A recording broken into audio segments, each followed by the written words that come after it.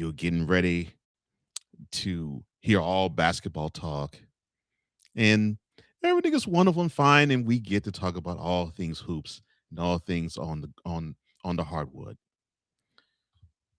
Unfortunately, when you have situations in the world that transcend the sport, for example, today is the sixth anniversary of Kobe Bryant's passing. If you're watching this on Monday, of him and his precious daughter, when you have events like that, it normally supersedes the things that you normally talk about on the court. And when you have things that's happening like in Minnesota, in Minneapolis in particular, and athletes are wanting to speak out against what they're seeing, you have to address it. So this has been an issue that has had multiple layers, starting probably way back in the summer of 2024, where the current governor of Minnesota, Tim Walz, was well, not elected, but selected by the Democratic nominee for president then, Kamala Harris, to be her running mate. There was some um correspondence that was passed along to uh, Senator slash Vice President Harris's team, where they said, You got to be careful about this guy. He's a bit fraudulent." Well, they ignored well, their team ignored it. They went on, of course, unfortunately, lost it to the White House to Donald Trump. And, well, Vice President has gone to lick her wounds and do a book tour. Meanwhile, Walls decided to go back to Minnesota and still govern that state.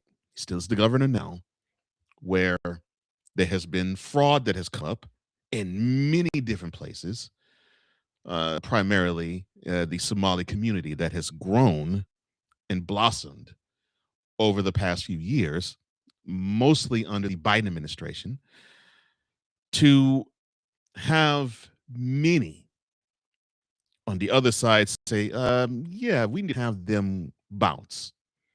We need to have them go because there are many in the community that seems to be illegally here. That has to go. We have to get them out. And I mean, there's been some conspiracies that have been brought up, most famously by one uh, Nick Sherry, who is a content creator and now a YouTube influencer that has become uber popular because of this. And there's been many things to unearth, many different different monies that have been frauded or been fraudulently gotten by possibly fraudulently gotten by political figures, uh, fronts like day schools and yeah, day schools and preschools and learning centers. Sorry, memo to you all in Minneapolis. The way you spell learning is LEARNING, learning, not leering.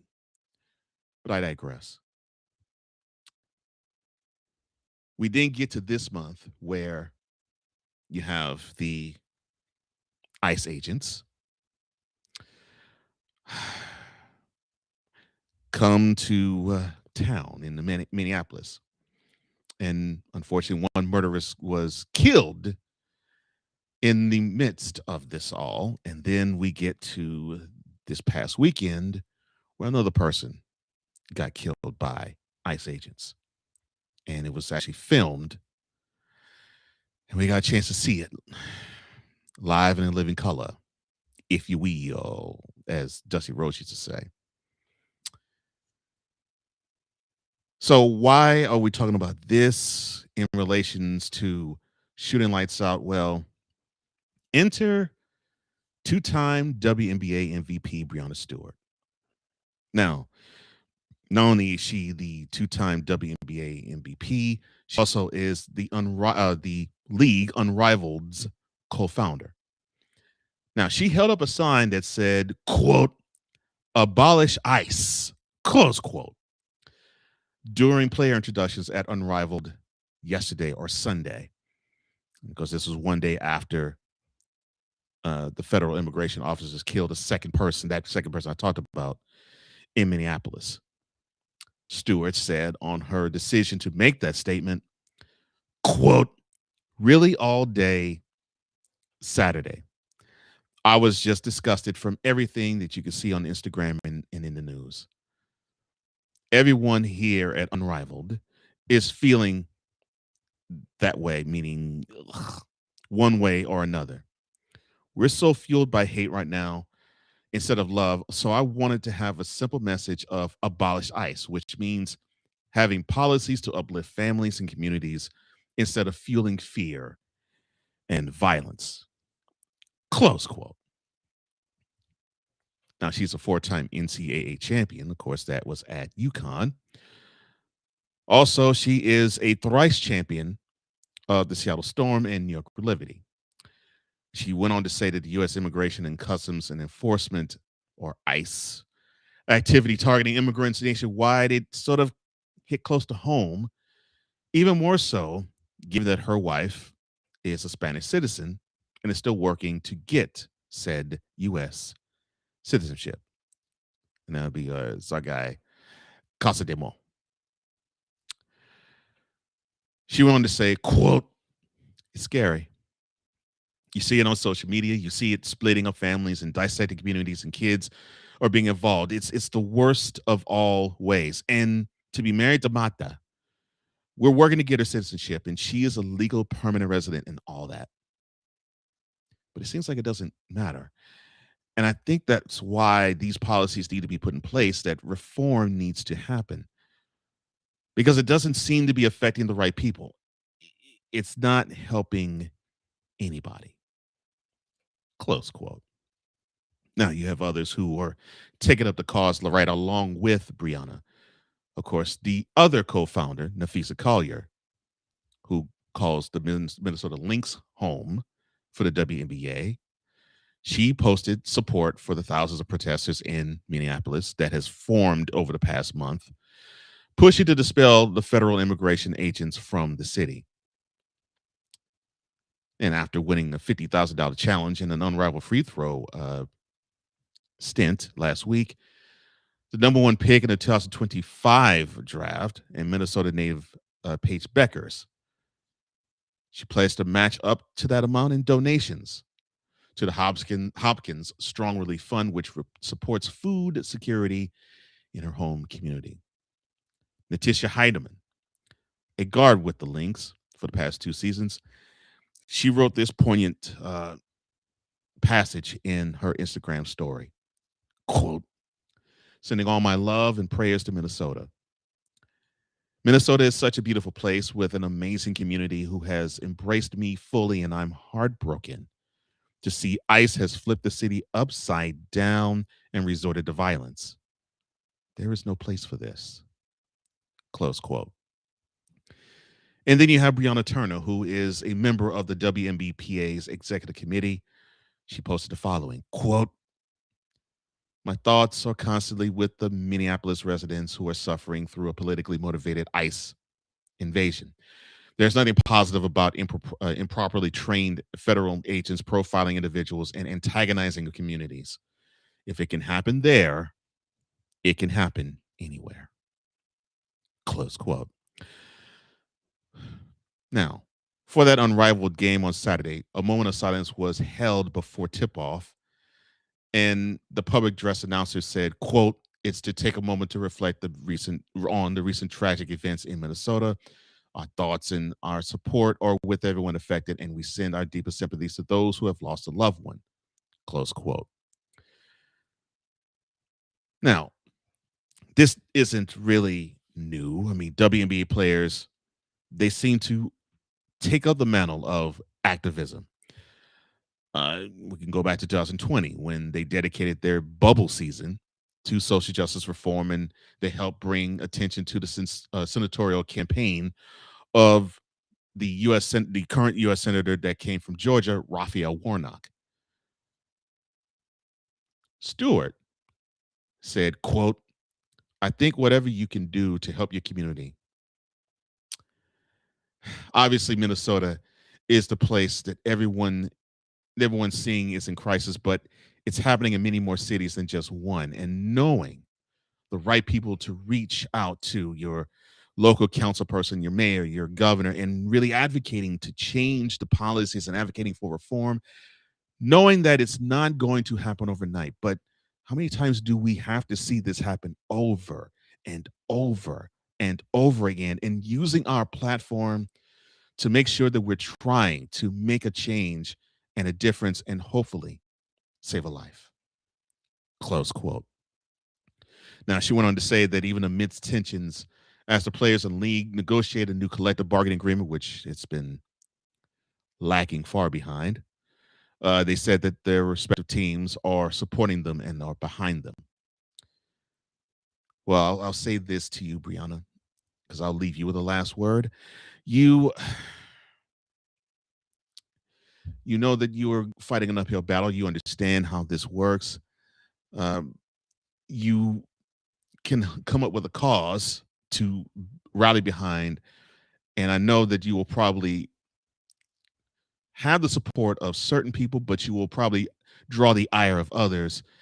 And you'll probably hear and probably have heard claims of, well, she's privileged or they're privileged. What do they think they are? They think they're freedom fighters. They're basketball players, and they could do like what Laura Ingraham like to say to LeBron James and Kevin Durant back in 2017. Oh, all you need to do is just shut up and dribble. Well, no, you don't need to shut up and dribble. You need to listen up, speak up, and speak out like you're doing.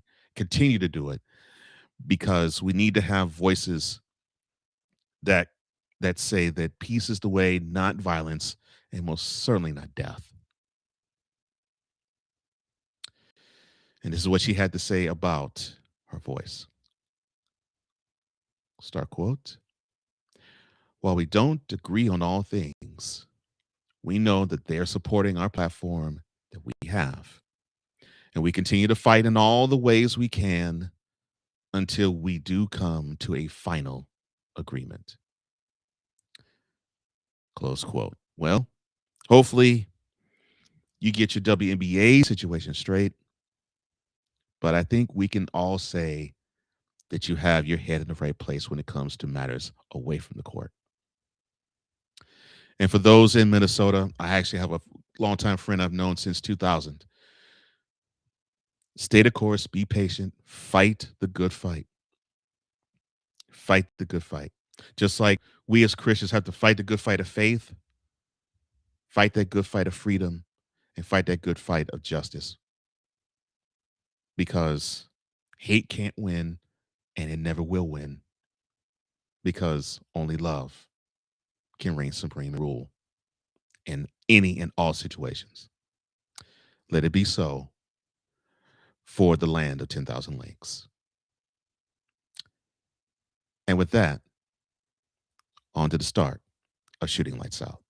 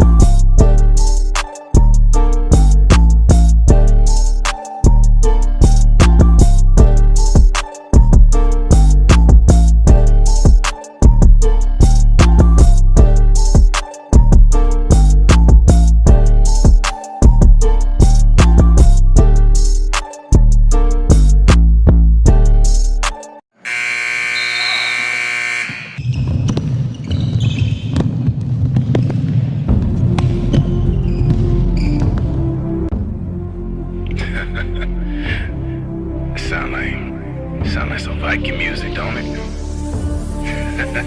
Yeah, gotta get it out the mud, that's the only way to win. Who am I to point the finger like I never ever seen? Been through the ups and downs like the letter N. They don't let you through the door, better kick that again.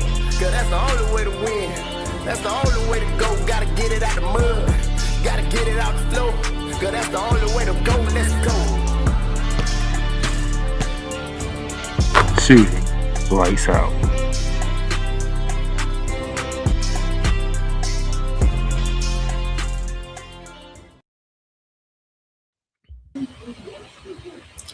And happy Monday, ladies and gentlemen. Surprisingly, I'm saying happy Monday, but Yeah. Happy Monday. welcome to Shooting Lights Out on this Monday, January 26th, 2026. And my co-host did a wonderful job. I felt the need of doing something different based on the actions that took place over the weekend up in Indianapolis. So that's why y'all got to see my co-host does something that he hasn't done in a long time. Go morning shift mode. Yeah. And that will come back sometime soon. But yeah. That But it before- had to be said because it messed me up too when I caught wind of it. But before we do what we normally do, we got people in the chat already. All right. Well, we welcome the Snowman. Snowman Multimedia. He says, please welcome the EP of all EPs. The man, the myth, no man, no myth, all legend, the one, the only, Cole Johnson. Oh, I'm sorry. It says standing ovation. Oh, and he also says no graphic. I don't think he was catching on with what we was doing. No, that's okay. This man here Dustin Henry, one half of no credentials required, and one half of the Super Bowl participants. Yes, I was getting to that. One half of no credentials required. You can catch the show every Tuesday on the No Credentials Required YouTube channel. He says, I'm glad they are speaking up. I'm glad the players are speaking up too. And yes, congratulations to your Seahawks on being the 2025 NFC champs. Good luck to you and your crew in Santa Clara 13 days from now. He goes on to say, couldn't agree more. Thank you, sir. I appreciate that. And I look forward to hear what you all have to say too about that, you and Ryan, about the things that have taken place in Minnesota. And we have a new visitor. Oh, Lou Searcher, 5942. It is a pleasure to have you, sir. He says, keep preaching, brother. Thank you. I appreciate that. And stick around. And I think you enjoy all this other stuff too that we have. But we just felt that we had to depart that and come from the heart. Yep. Now, thank y'all for tuning in. Thank you for watching. If you're watching on the Playmakerz Network YouTube channel, hit that subscribe button, hit my notification bell. If you're watching on my personal LinkedIn down there, Playmakerz Silence, go ahead and see me connect on LinkedIn and slide over to the Playmakerz Network YouTube channel, hit that subscribe button, hit my notification bell. If you are podcast listeners, Spotify, Apple Podcasts, Amazon Music, iHeartRadio, and whatever else you can find your podcasts at, just type in Shooting Lights Out and you will come right up. We are everywhere. It's a joy and a pleasure to talk basketball and all different matters. Yes, and real live somewhere else. Yes, we are live on the Real Wise Radio Network. Shout out to my man Wise. We actually talked early today. We took care of some business, and we're gonna take care of some more business. So everything is all lovely. All lovely in the Real Wise camp. I definitely can't wait to hear Wise on that. Oh, Wise. Ooh. Yeah. I'm going to tee it up for him with the upcoming mentality episode. It's going to be fun to talk about that with him because I know he's going to rail on some fools. I already know it. I got that itch. I got that feeling. But yeah, we took care of some other business too, and everything is good and lovely. And we appreciate this show, Shooting Lights Out, being one of the flagship shows of the Real Wise Radio Network. And Snowman says, look, keep preaching, my brothers, because what is happening in Minnesota, it's some bull. Now that's some bull. Dustin says, thank you. That game, talking about Sunday's NFC Championship game, took years off my life. I bet it did. I think you and Playmaker could share in that sentiment. He I ain't the know one it that took years off his too. got a hold of L though. That's the thing. He ain't the one that got a hold of L. Luke says, "Love the vibes of the show." I mean, we love the fact that you're here, brother. Appreciate it, but stick around. We ain't even got started yet. And speaking of Yeah. which, we finna get started. So, what are we going to do now? Oh yeah, we see. Yeah, we're gonna go to the Iron Unkind. No. That might be a segment of features. It probably can. That's one of my that's probably my favorite. One of my favorite phrases. Let me see. Oh yeah, March Madness. No, that's in a month and some change. Oh Lord, that's gonna be ridiculous. Yeah. Let me see. I'm trying to think. Oh, rivalry week. That week. No. Wow, taking a shot at the National Basketball Association already. I see where this is going. Yes, I am. Borrowing from the NCAA. The heck you doing that for? Hey, we don't even give us rivals. That's what I'm saying. I'm like, what are you going to do? Feed us Lakers, Celtics all throughout the week? You can't do that. Jeez. No, we're going around the hardwood.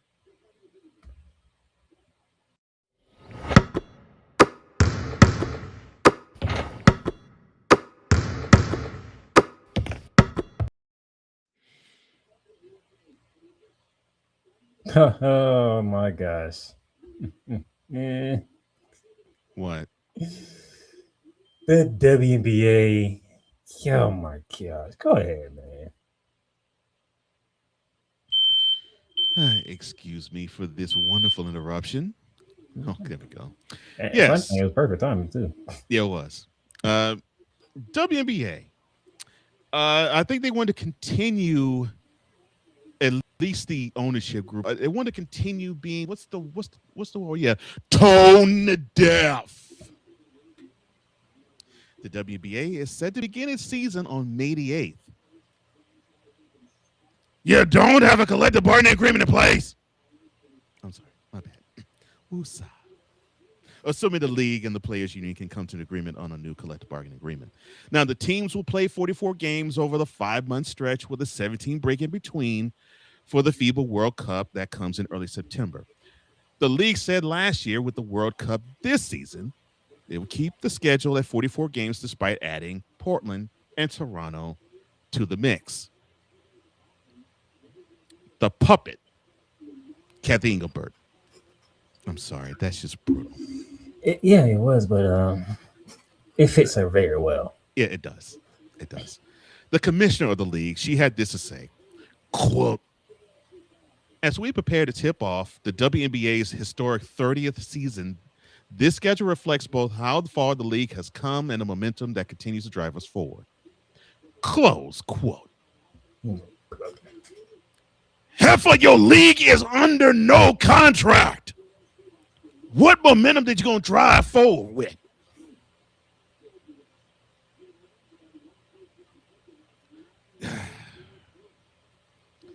I'm sorry. Professional. She continues. From welcoming 2 new organizations to Toronto and Portland to honoring our history with marquee matchups that connect the league's first game to today's stars, the 2026 season will celebrate the WNBA's past, present, and future.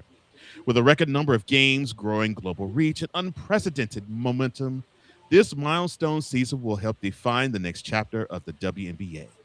Close quote. Give me the comments and a CBA that's working. CBA then we can first. talk about the past and the future. CBA first, then you can focus on the comments. Well, I'm addressing the BS that she said. Oh, I know what you're doing, but I want to put it in the correct order.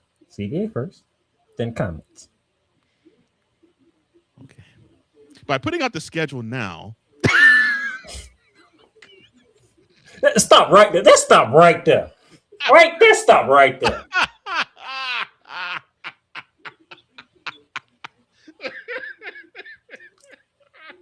We have no goddamn CBA, but y'all out here throwing out the schedule.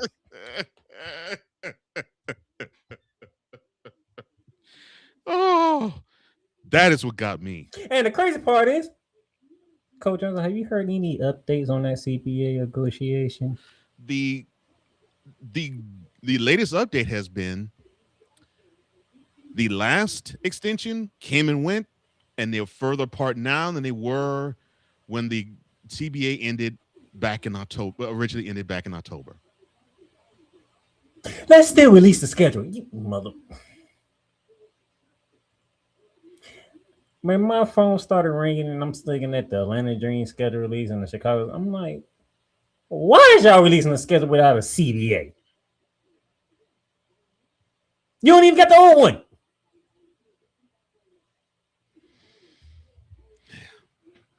What?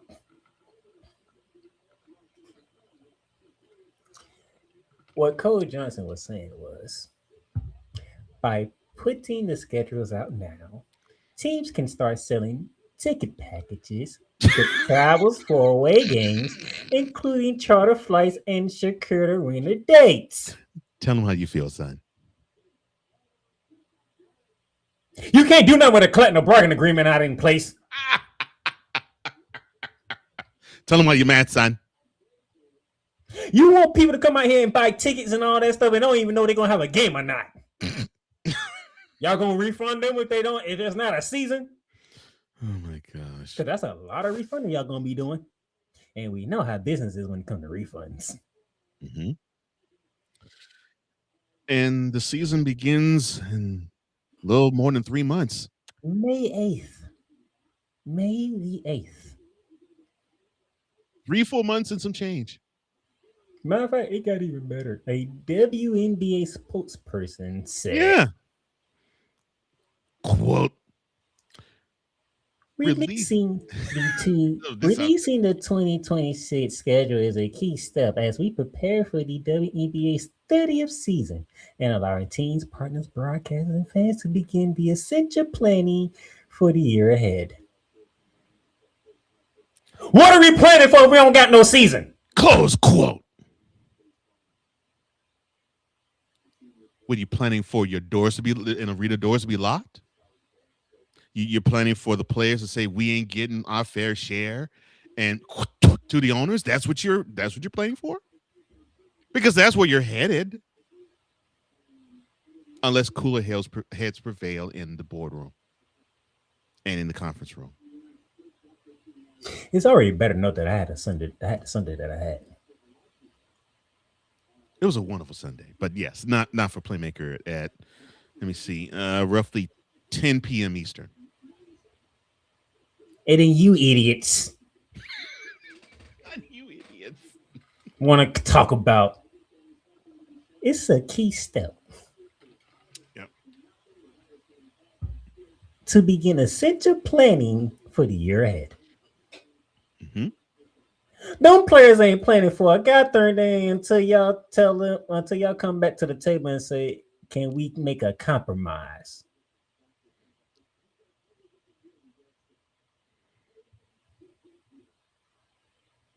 I really want to know what the players thought when the schedule got released. I really want to know how they felt.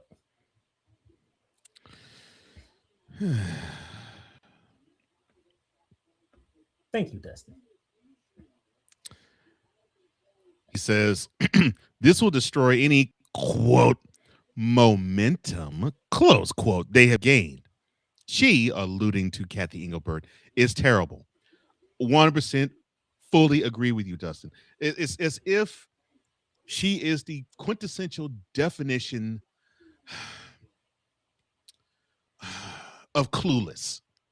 I mean, they did not need to have Alicia Silverstone play the role. It should have been Kathy Engelbert. See, me and Dustin, we here. He's a key step. Yes, key step. CBA have one. Have one. Then we can talk about the 2026 season, but at least have a collective bargaining agreement in place before you do it, because you cannot extend the previous one and extend the previous one and extend the previous one some more and gain anything, because you might as well can say it now, Engelbert. I'll look you right in the eye and saying it. All of this momentum that you've gained at least the last 2 seasons, It will all go to pot because you and your players are having labor dispute issues. It gets better. This article Oh, is of just course.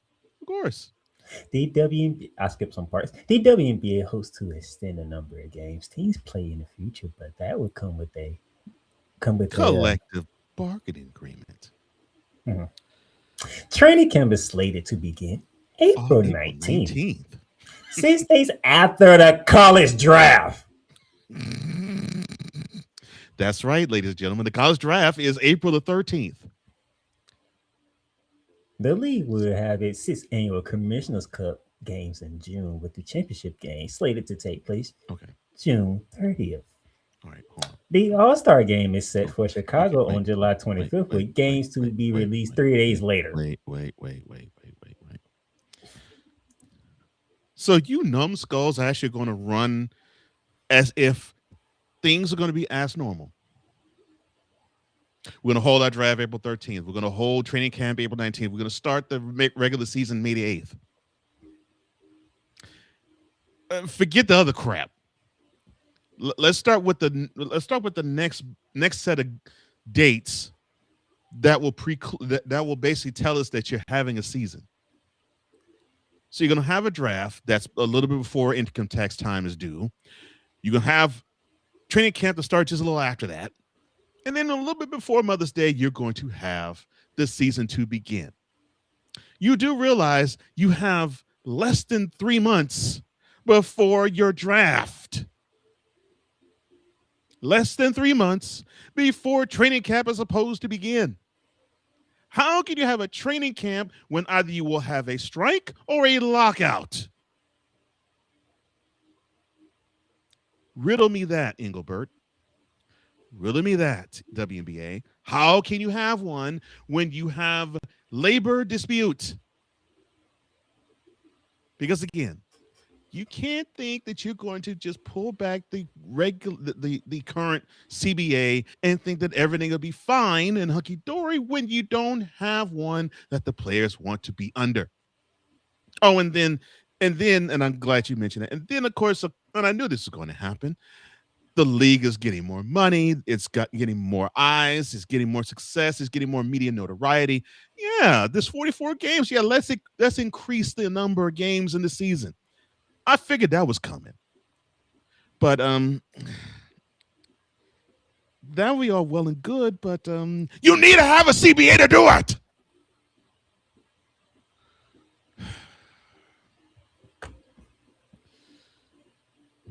All of this is still contingent on the league and the union coming to an agreement on a new collective bargaining agreement. Now, the last one was announced 6 years ago, in the middle of January, 6 years ago. And that was a month after it had been agreed to. Now, it could easily have taken 2 months from when the new CBA is reached to get the start of free agency. And that's another hill you have to climb. You have to halt your free agent period because the ownership group and the labor union can't get together. So if you can't sign free agents, how the heck can you have anything else? The draft, training camp, a regular season to begin, or even announce that you're going to have the Commissioner's Cup in June, the All-Star game in July, and take a FIBA break in September when you don't have anything in place in January. And we about to end January in 5 days. Yes. We'll be in February come Sunday. So how in the world can you claim that you have all of this in place and you announce all this in place and you don't have a collective bargaining agreement? Because the last one that was supposed to extend all the way past January the 9th. Oh, I'm sorry. We're 2.5 weeks past that. And we still don't have an agreement. But we're going to play 3-card money with you dummies. Here's the next season schedule. WNBA, 44 games each team's going to play. And we're going to play with 15 teams instead of 13. And the season's going to start May the 8th. Training camp's going to be April 19th. We'll see you there. Free agent period. When are we going to have that? It is interesting to me that you didn't announce when you're going to have a free agency period. Since everything else is all in pen, you don't put in pen when the free agency market is going to be open. I find that to be quite interesting.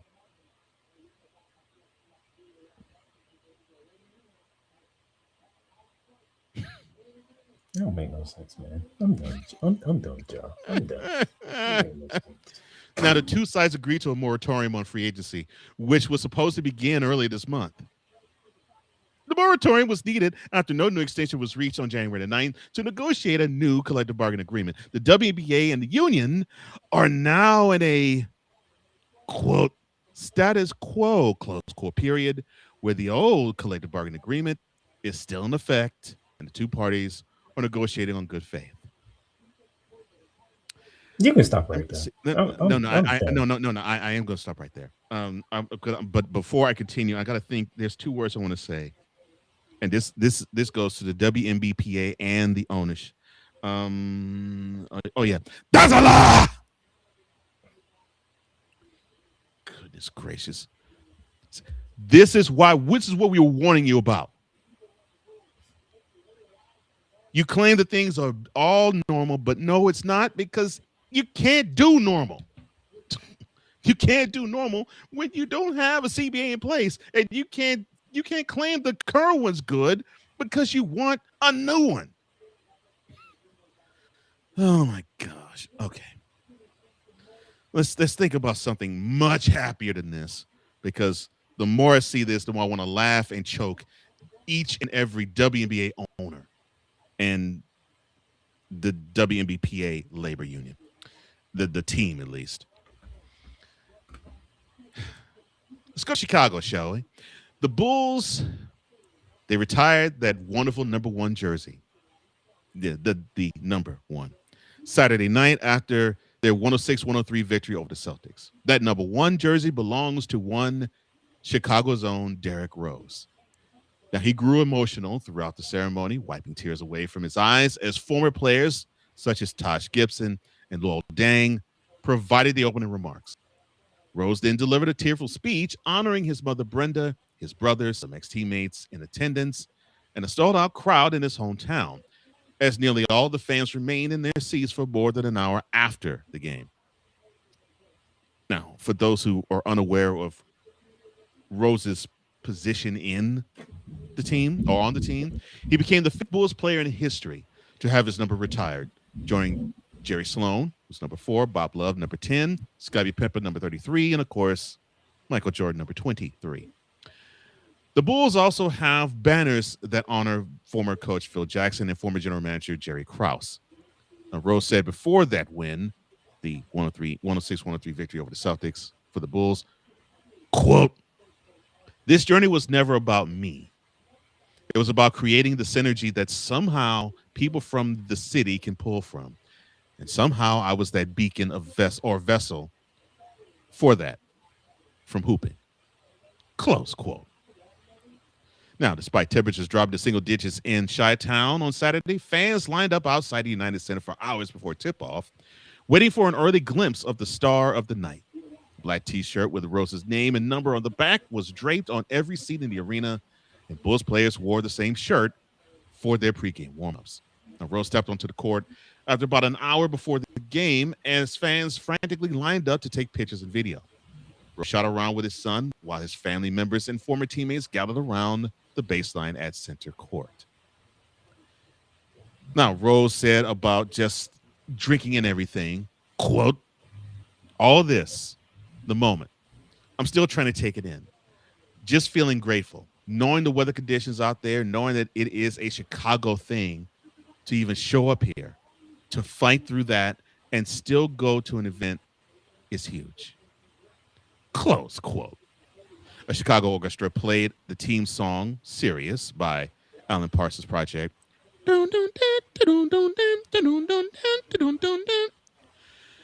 To begin the post-game festivities as fans chanted MVP, MVP throughout the night. Several current players, including Kobe White, Josh Key, Zach Collins at rookie, Noah Nsingwe, returned to the bench to watch the ceremony. Your thoughts, sir, on Derrick Rose and the impact he had with the Bulls and other teams and this retirement ceremony? Question, sir. Mm-hmm.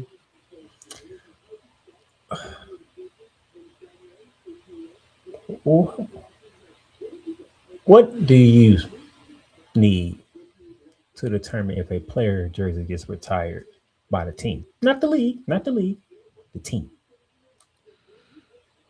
The team? Let's see. MVP, he does have that. I hate to say it, a chip. But you can't say that about Love, can't say that about Sloan because they didn't win a chip. I don't know, a good amount of time with the team, at least a decade. And I know Derrick Rose didn't play a decade with the Bulls, unfortunately, because much of the time he was injured. I asked that question out there because a lot of people on social media, I'm pretty sure you probably saw a couple of them, had a problem with Derrick Rose jersey getting retired in Chicago. I actually don't, but go ahead. That's why I threw that question out there. It is a organization decision to retire a player's jersey. They're doing that for a reason. Yeah, the impact basically ultimately is the impact the player had on the team and really the city. If my memory serves me correctly, outside of Jordan, after that, who they had to get that city back to basketball relevance? Yeah, so it was long before him. Jordan with Pippen being in small letters and hit in that era, and then the next one would be Derrick Rose. People basically were crapping. Chicagoans was crapping on the Bulls once you had the triumvirate of Jackson, Pippen, and Jordan leave the Bulls, and crapped on them hardly for a whole decade before Rose came back on the scene and brought them back to relevance. The first in between 10 and 15 years. Matter of fact, that MVP season that he had, who was the top team in the NBA? The team that had the best record, if I'm not mistaken, was the Bulls. They were the number one overall seed. And that's to piss some certain people off. Because I think this is a fun argument, but not one I'll probably go to my grave with. Or one I don't think you should even go to social media with, because especially if you go to certain fan bases. Oh, that's the fan base I'm exactly talking about. I know. They'd want to clown you and say victory. Ha ha ha. Just shut up. If Derrick Rose wouldn't have got hurt, ding, will we have a King James run? I don't think so. Because to me, that team looked better in 2012 than 2011. They looked like they were about to be cooking in 2012. And then the end of the first game in the first round, he goes down and messes his knee up.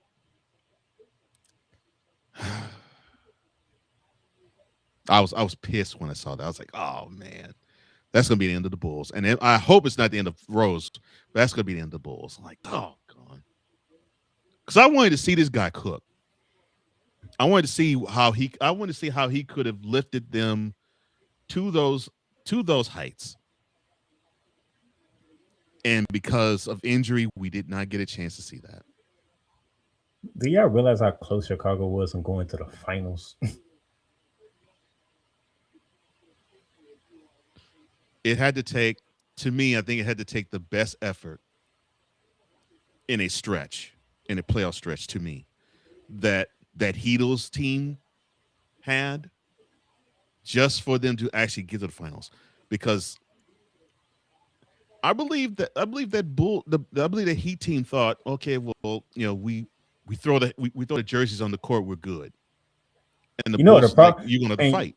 you know what the problem was with the Bulls when it came to the Miami Heat? The Bulls was a physical team. Yeah. Yeah, they were.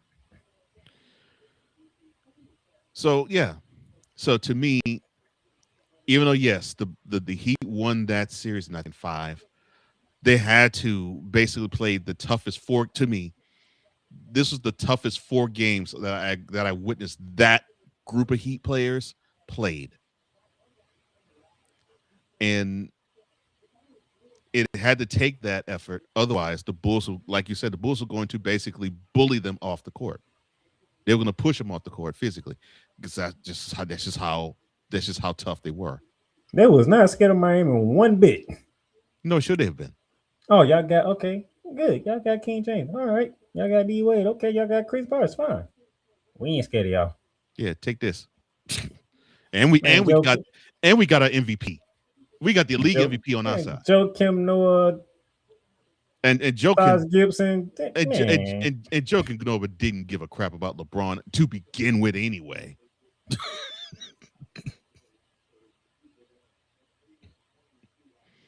But sometimes in life, somebody's misfortunes become somebody's fortune. It's like what I heard one time being said. Sometimes you're the hammer, sometimes you're the nail. And unfortunately, in this case, the Heatles were the hammer, and the Derrick Rose led Bulls were the nail. And I hate that because, yeah, 2011 that got messed up, and in 2012 it got really derailed. And I hated that. I hated that for him, and I still hate that for the Bulls. I still hate that for Chicago. We didn't get a chance to see Derrick Rose be that guy, because I think he would have really done the Bulls really good justice personally. Now, Rose got a glimpse of the ceremonial banner earlier last week when he viewed the finished product at the United Center before it was raised to the rafters. Now, he said that seeing the banner was, quote, unreal, close quote, but he was still trying to process his emotions. But however, those around the Bulls organization made it clear what Rose's banner signified to them. Let's talk about the owner, Jerry Reinsdorf. He said, quote, even though we didn't win a championship, our fans truly did love that era of Chicago Bulls basketball. Derek, he's Chicago born. He's one of us. He was playing for the city that he grew up in and that he loved and cared so much about. This thing is forever, man. Close quote. Now, that comes from Luol Deng. And it's what he told the fans after the game. He went on to say, quote, when people talk about all the minutes, all the injuries, everything that we went through, that's our trophy. And you know what? You said Luol Deng. Who was the guy that was giving LeBron problems for that Bulls team? Yeah. It would be Luol Deng. Yeah. Mm-hmm. I mean, that Bulls team was loaded with talent. But you pointed out too, not only were they loaded with talent, they were loaded with goons. And I say that affectionately. I don't say that as if they were thugs. I say that affectionately. Because Taj Gibson and Joakim Noah, they wanted to bring the smoke and bring that thunder. And I love that about them. And I always thought you had this muscle and you had this athletic dynamo in Derrick Rose who led them. And the older he got, the better he got. But yeah, Derrick, congratulations to you, man. You deserve this honor. I don't care what people say. People could say, well, yeah, you had an injury-riddled season, injury-riddled career. You came up short. You didn't even win a conference championship, let alone an NBA title. That's all noise. They can all kick rocks, all of them. All of them. Staying with the NBA and dealing with how I think you all have been having to undergo. And before we do continue, I will say that I hope everybody is in a safe, a warm, and a cozy environment. I know that winter storms can be tricky and can be devastating, especially if things like grids go down and power goes off. So do your best to be safe. Do your best to be cozy. I pray that you all have a lot of heat and that you all are doing well. And that does not go for most of the people in Florida. Yeah, Florida, period. We're coming off a weekend and we was in the 70s. That's what I'm saying. Don't worry, the cold front's gonna hit us. Yeah, and I ain't saying out of hate. I just know from experience when when I was in a meeting back in the day where everybody was across the country, and it'd be about now. And so we get started, and there was a guy who actually lived in Central Florida. I think it was actually Gainesville, if I'm not mistaken. He would brag and he'd say, "Oh, about you, I don't know about you cold losers, but it's 70 degrees here." And it's like 10:30 in the morning. It's 70 degrees here. You don't kick rocks about that cold.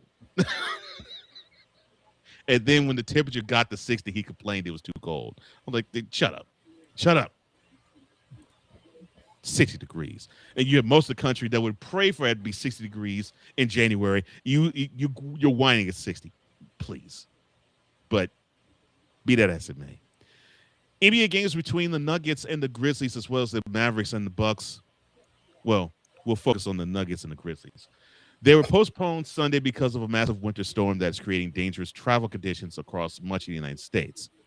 No rescheduled date for no rescheduled date for that game, the Nuggets Grizzlies game, has been announced.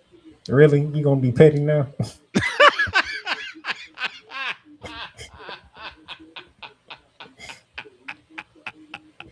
I'm trying not to be, but it's hard. You gonna be petty now? And the crazy thing is, he ain't being petty for the reason that y'all might think he's being petty. That's how I know him. And it's not just because the Mavs. He don't like the Bucks either. He says that's him saying thank you for postponing that game. Oh man, yes, you did the world a huge favor.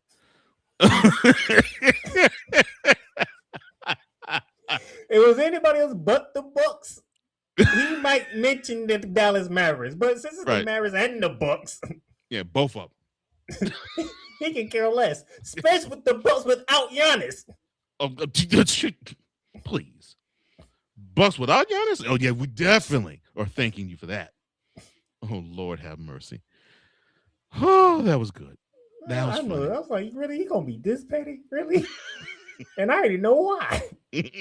Everybody else thinking that's why Dustin's in chat. I'm like, oh, he just don't. No, it's the Mavericks and the Bucks is the reason why. Yeah, I was about to say both. I'm like, yeah, Mavericks, Bucks, no, and the Bucks team without Giannis, or it's even more of a no. Oh no. If you would have switched the Grizzlies and the Bucks, he would have mentioned the Mavericks. Yes, I would have. Oh my gosh, that was funny. Both teams and officials announced less than 3 hours before the tip-off of the Nuggets Grizzlies game. This, of course, would be in Memphis. That the game would be rescheduled because of how there was a mixture of snow and freezing rain that began falling as early as Saturday morning and continued through Sunday morning. Both teams and the officiating crew arrived in Memphis, and that wasn't the case in Milwaukee, where basically the Lord had sense and said, we're going to freeze all you out. In addition, the NBA had adjusted the time. The Mavericks were unable to fly in Saturday night or Sunday, leading to the postponement. I am trying my best to keep a straight face here. I am trying. It is hard. I'm sorry. The Bucks without Giannis Antetokounmpo is uninteresting. And the Mavs, it's uninteresting without Megan Thee Stallion, and she don't even play for the team. Oh my gosh. They got Cooper Flag, man. Number one pick. The Mavericks are uninteresting the Mavericks are interesting only because of Megan Thee Stallion. Chick don't even play for the team. Well, her best friend going to the Super Bowl, so Oh well, yeah. She Shout might out end to up Cardi. there. Yeah, shout out to Cardi. And shout out to Stephon Diggs, man. I know you've been struggling to get the Super Bowl. Finally, you're there, bro. Third team that you've been in a championship game with, and you now made it your first try to Super Bowl. Happy for you. But yeah, the Mavs. The only Speaking of thing. Minnesota, how y'all feel now, dummies? Oh man. Well. Oh well. In addition, the NBA adjusted the times for 2 games today or Monday. Indiana's game in Atlanta, it tipped off at 1:30 Eastern instead of 7:30. Whereas the Philadelphia's game between them and the Hornets, it tipped off at 3 Eastern instead of 7 Eastern. And I'm going to get you updates for those games right now. Okay. Go ahead. And while you do that, a G League game scheduled for Monday between the Memphis Hustle and the Stockton Kings in South Haven, which, for those who don't know, that's just across the border from Tennessee and Minnesota, Mississippi. Basically, it's a stone's throw from Graceland. I'll put it like that.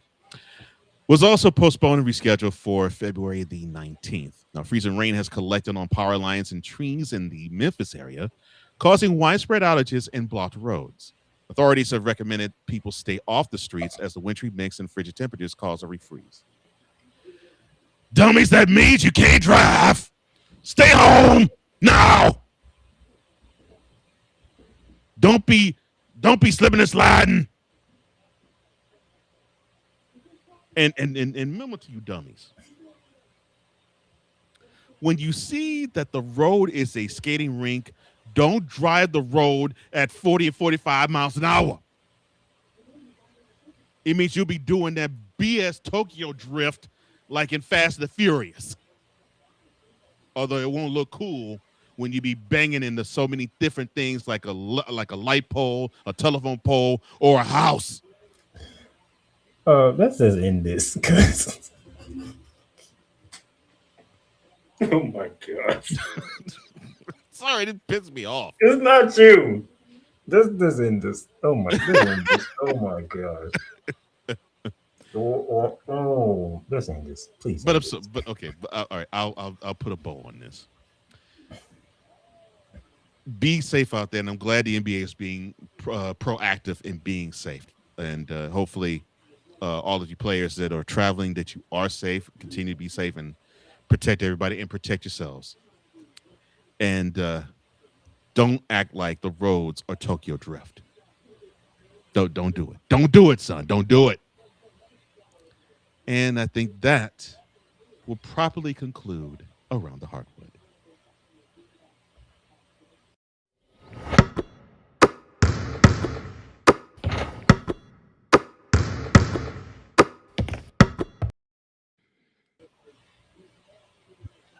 I will get to y'all comments, but I need a break. Why? Why? I need a break. Oh my God. I can't believe this. I need a break. Join the transporter to Hades. Your butt and gut becomes one. Join the reformer of hooker whores. This is my daughter, Placenta Booty Johnson. Join the bronze god. Whenever you are in distress, take off your baseball cap and throw it in the air. Join your very own superhero of broadcasting, Chris Bass. So whatever color crayon they get, they palm it and do 2 circles, and that translates to, I can be the black people. As she takes you through the week's paces in Baseline. Live every Saturday at 8 a.m. Eastern, 7 a.m. Central, Pacific time zone people, just stay asleep when this is on live and just catch the recording. Oh, I'm sorry. Exclusively on the Chris Bass YouTube channel.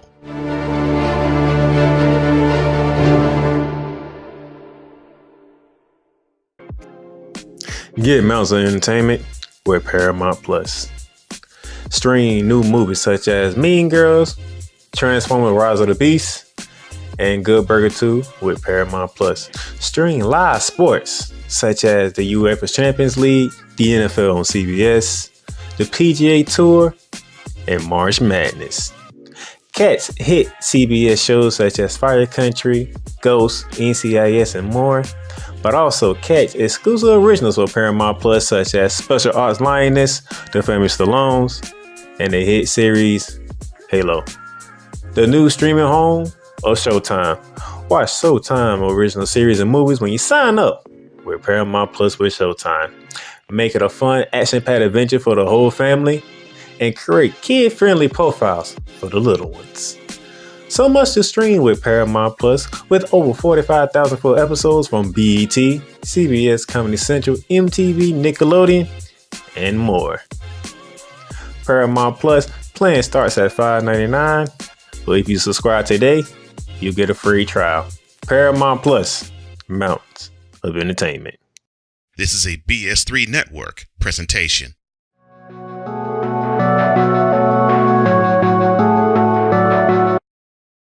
I want to do a TED Talk, but I don't have anything to talk about yet. I'm getting there. Life is for the living. We're not here that long. You can learn anything you want to learn without any money spent. What do I really enjoy? What do I really want out of life? I am your host, WIZE. Are you in a life holding pattern? Well, this is for you. Welcome to the Stuck in My Mind podcast. Live every Monday, Tuesday, and Wednesday at 4 p.m. Central.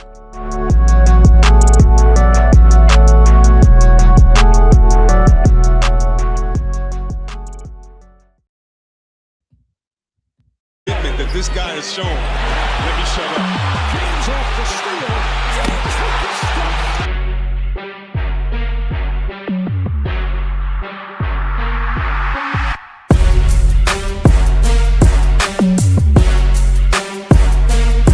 Rebound by Adams, his sixth.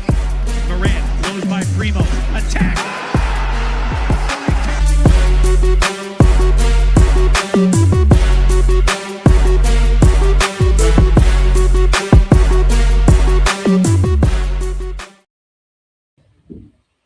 I'm sorry, I need to go straight to the fast break. The Hawks beat the Pacers 132 to 116. A 17-0 second half run catapulted the Hawks over the Pacers. But there was another game, right? Yeah. At least that's what they said. It was another game.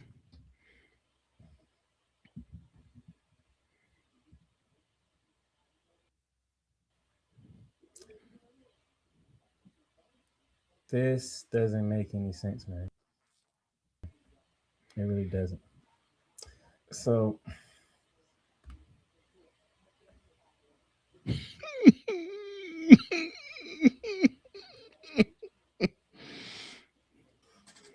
boy, they missing Joel Embiid.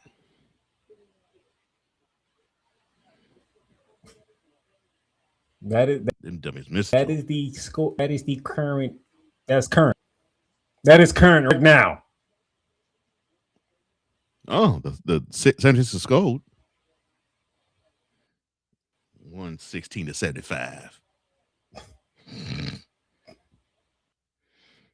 Lord have mercy. A 41 the 76ers vaulted defense. They allowed a 41-point second quarter and a 40-point third quarter. Lord have mercy.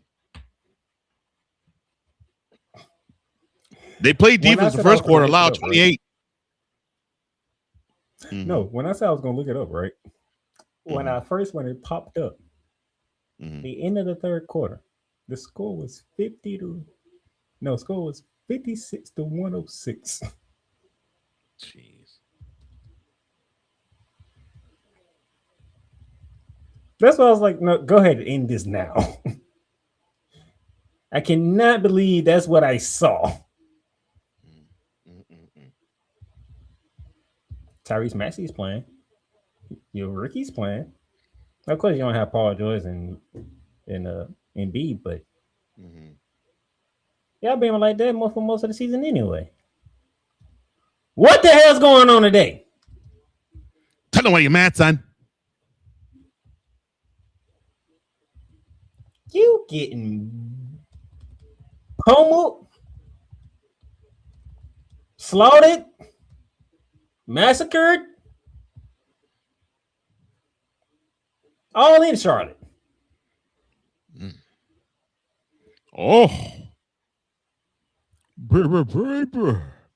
Oh,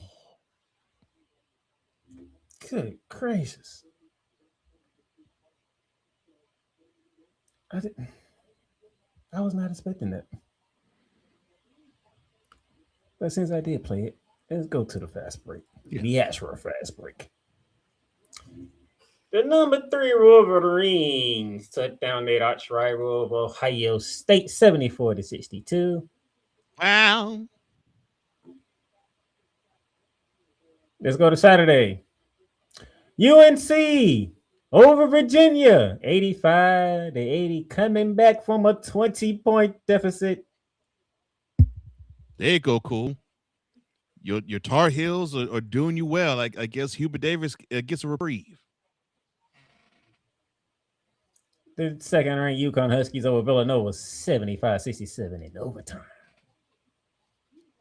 Oh man, I miss. I miss Big East basketball like that. I was used to seeing that in the 80s, in the early 90s. Texas upsets 21st ranked Georgia 87-67. They ain't upsetting. They beat they dime. What did the Bulldogs have? What business did the Bulldogs had to get spanked by 20 to an unranked Texas team? And then, Mr. Johnson, I think a team of yours took another L. Yes. The number 6 ranked Houston Cougars, they are a Final Four candidate. They took it on the chin to number 12 Texas Tech. Now conference rival again, Texas Tech. It's been a minute since they've been conference rivals. 90-86. And I know Kelvin Sampson. He's as red as the shield shield tracings of the PZN that's in the bottom right hand corner. And your shirt. I know that face is red. I know he's pissed. I'd be pissed too. The 11-ranked final 9-9 touchdown. Number 4 Purdue 88-82. Number 4 goes down. Tennessee over 17-ranked Alabama 79-73. And then yesterday, Sunday action, USC over Wisconsin 73-71. But Playmaker, I see that number 2 won, number 3 won, number 4 got upset, number 6 got caught slipping. So where's the main game at? Well, technically, it's not really a main game. This one is for Coach Johnson. Why is this for me? Because you sat there and you tried to chastise me. What? But it comes back at you. Look, it ain't my fault that your team decided to take an L. But no, you wanted to come at me because for me getting on my team. It's not my fault that your team decided not only decided to take an L, it's not my fault your team decided to take an L and play horrible in Gainesville. So yeah, go ahead. You take this one. Auburn went into Tan to take on a ranked Florida team. 16th ranked. A ranked Georgia team. They climbed from obscurity back to prominence. And that's Florida, not Georgia. How dare you?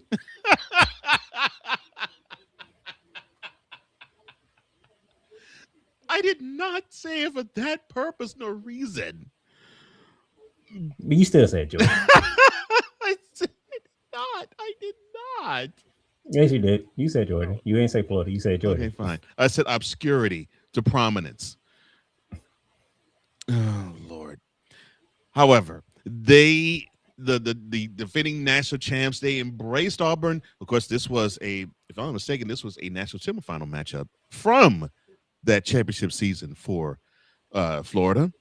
It was great to revisit, even more so without Bruce Pearl as the head coach of Auburn.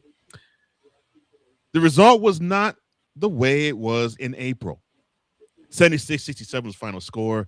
Keyshawn Hall with 24 points, 7 rebounds, and 4 assists.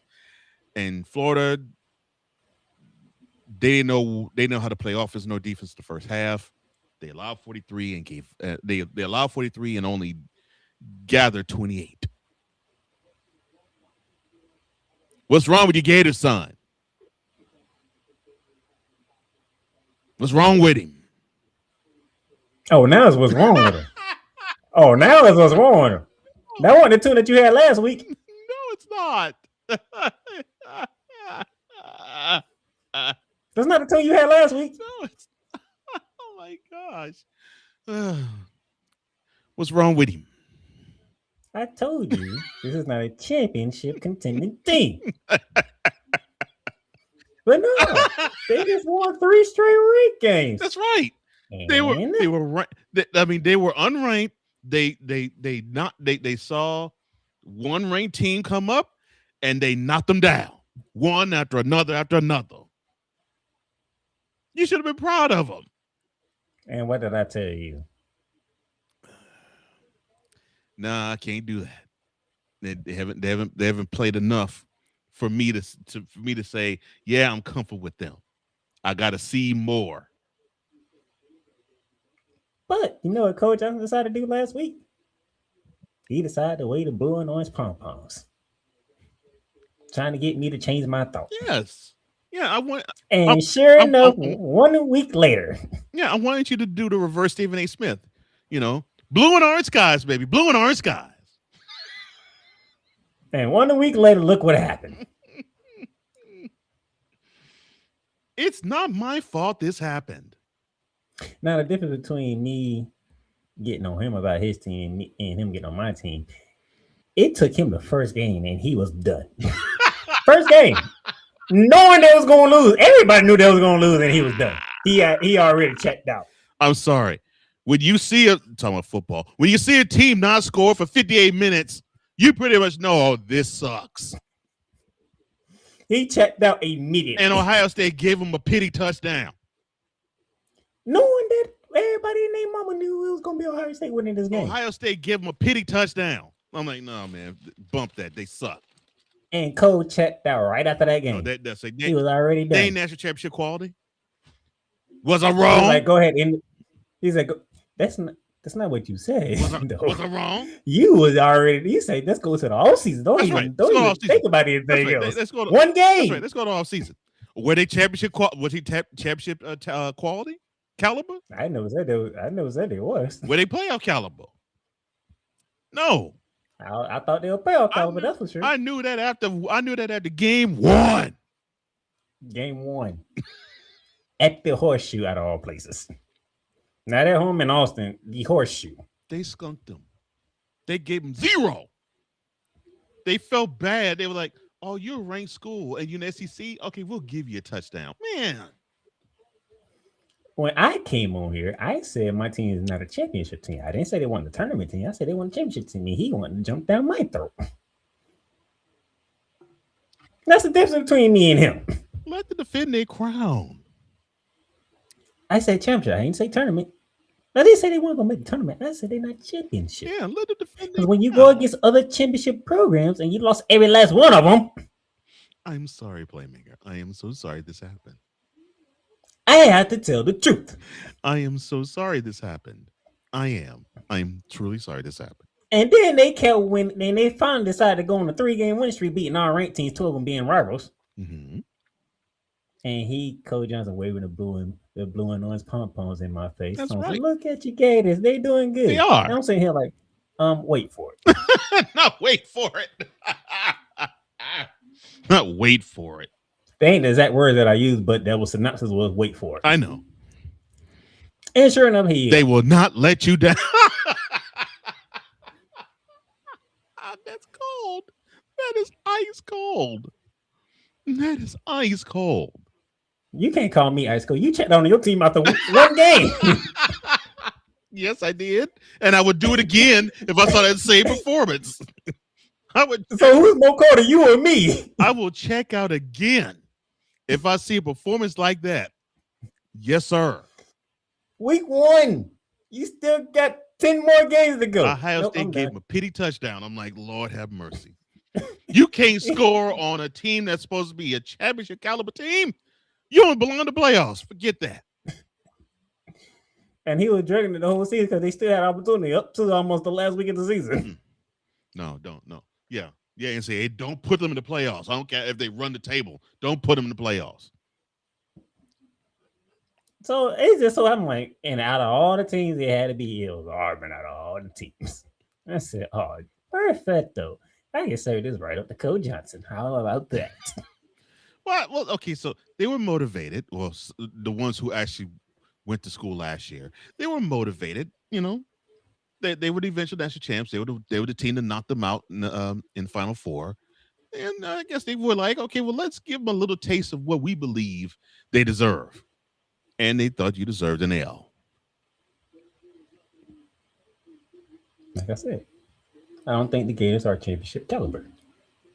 Tournament, yes. Championship, tournament quality, tournament caliber. They are, yes. Championship, no. Final Four, no, I don't think so. Not this year. When I say championship caliber, I mean Final Four. I know. I was clarifying that for others. Do I see them in the Final Four? No. Do I see Houston being in the Final Four? No, I don't. I want them to be there, but do I see Houston taking that slow slide? Yeah. I don't know what's going on in Houston, but they're taking that slow slide. Yeah. It's like, oh, they're giving you hope. But then they take L's like the one they just took, and you're like, they're not as dominant as they were last year. Yeah. Nope. So now, let's go to the ladies. Saturday. I told you, I love it. I love seeing these boat races that UConn's women put on teams. I love it. They beat Seton Hall by 40. 52. I mean, 92 to 52. These boat races I love. I love seeing this. I really do love seeing this. Cole, I think you might need to make a trip down to Rupp Arena and find out what's going on with the ladies. Looks like they looks like they got some prosperity, and then all of a sudden it just went all away, like it was a headache. Georgia goes into Rupp Arena and they beat and upset the Lady Wildcats 72 to 67. I don't know what's happening to them. It's like they sniffed the top 10 and then they just went. They went free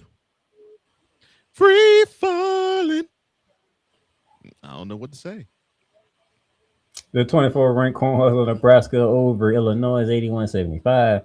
Lady Red Raiders of Texas Tech ranked 19th over Utah 77-49. And West Virginia ranked 22nd. Those of you who don't know, that is West Virginia. Over BYU 91-77. And then yesterday, the 7th-ranked Wolverines over USC 73-67. The Iowa Hawkeyes ranked 10th over the 12th-ranked Ohio State Buckeyes 91-70.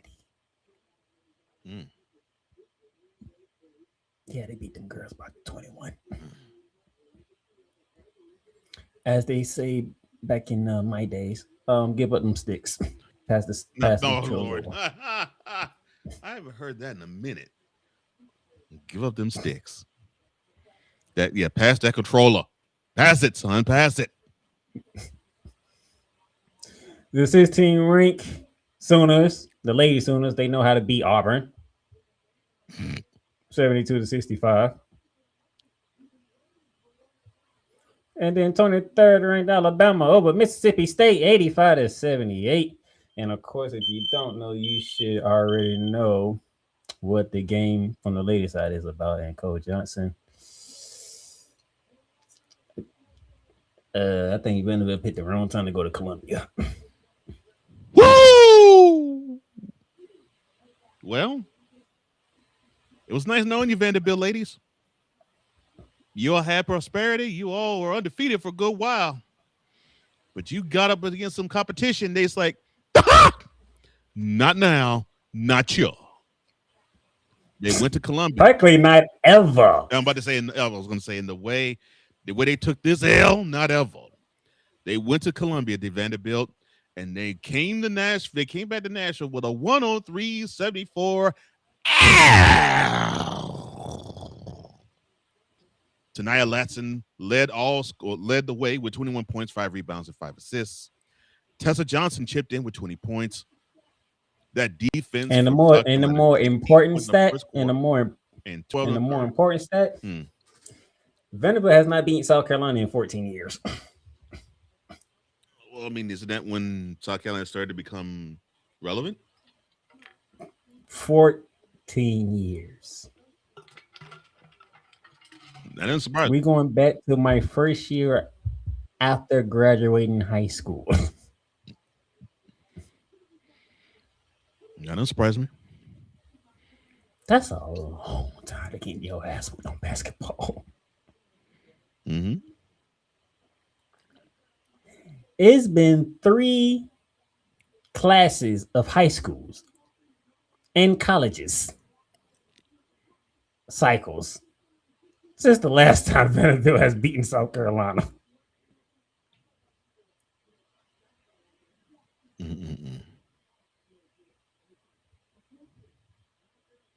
Jeez. Yeah, they took a butt whooping.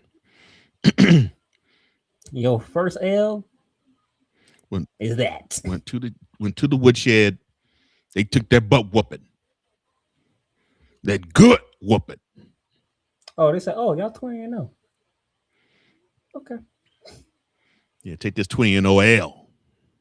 They was not impressed whatsoever. South Carolina came. Oh, y'all 20-0. Okay.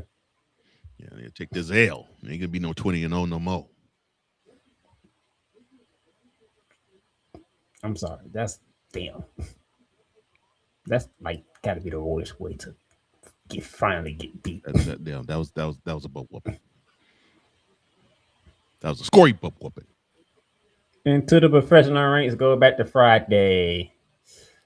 Hawks over the Suns, 110-103. Celtics over the Knicks, 130-126. And double overtime. I don't know how y'all let the Knicks take you into double overtime, but I digress. I don't either. Cavaliers over the Kings, 123-118. Pelicans over the Grizzlies, 133-127. Pacers over the Thunder, 117-114. Nuggets over the Bucks, 102-100. Raptors over the Blazers, 110-98. However, Mr. Johnson, Friday had to be a smile for you. Yeah. It was cool to see the Thompson twins battle once again.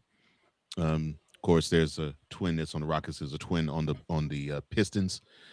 And the one on the Pistons was not having a good game. And unfortunately, the one with the Pistons was not having a good game. And yes, the Rockets went to Motown, and in my opinion, I actually had one of the better games they played all year, coming out with a 111-104 victory. And they avenged the L they took at home to the Pistons in October. So I think this was necessary for the Rockets to actually have this type of win against them. Because to me, it looks like the Detroit Pistons are next in the East. And I'm interested to see how they're going to be in the playoffs, because they're going to be having all targets on their backs, their heads, the top of their heads, their torsos, their thighs, their butt. Everything on their person is going to be a target. But Kevin Durant, he led all scores at 32 points and 7 rebounds. This was a huge win for the Rockets from the standpoint of they need that core, not Durant, but that core, Sengun and Thompson, and others, Green. I mean, they need to know that they can compete against the big dogs in the NBA. And in the West, it is so crowded because you got some real talented teams in the West, and they got to find a way to actually be competitive with them. And if they can, their chances of advancing are increased. They needed this win. I'm glad they got it, and they have to build on it, and hopefully they can. But I'm glad they avenged the L that they took to the Pistons in Houston back in October. That was Friday. A great break for Cole Johnson going to the weekend. Yes. Then we moved on to Saturday. Heat over the Jazz, 147 to 110. Cavs over the Magic, 119 to 105. Hornets over the Wizards, 119 to 115. Bulls over the Celtics as like he was mourning something. Wow. Just let it simmer a little bit more. It's coming. Okay. I'm sorry. And pretty much what I said last week is starting to, simmer to the surface. Okay. I'm sorry. That's why I said it last week. Okay. To give you and everybody else watching a little intake of what's going on in Orlando right now. I said there's a method to my madness. I know. I was saying you. I just threw a bit out there. I know you said it. You said like you were mourning the whole team. Like you were mourning the fact you basically you were like I'm basically going to disown being a fan of the Magic. I ain't going that far. I'm glad you aren't. I ain't going that far. I don't switch teams. I don't either. But if I ain't switch from St. Louis to LA, what make you think I'm gonna switch from Orlando? Oh, you can switch because they switch cities. That's how I was. That's how I was with the. That was my point. The fact that I didn't switch teams because they moved from St. Louis to LA, that should tell you something. That's how I was with the Titans. I mean, heck, they were the Houston Oilers. I rooted for them. They're the Tennessee Titans. I threw them in number 1, and I ain't talking about this finger neither.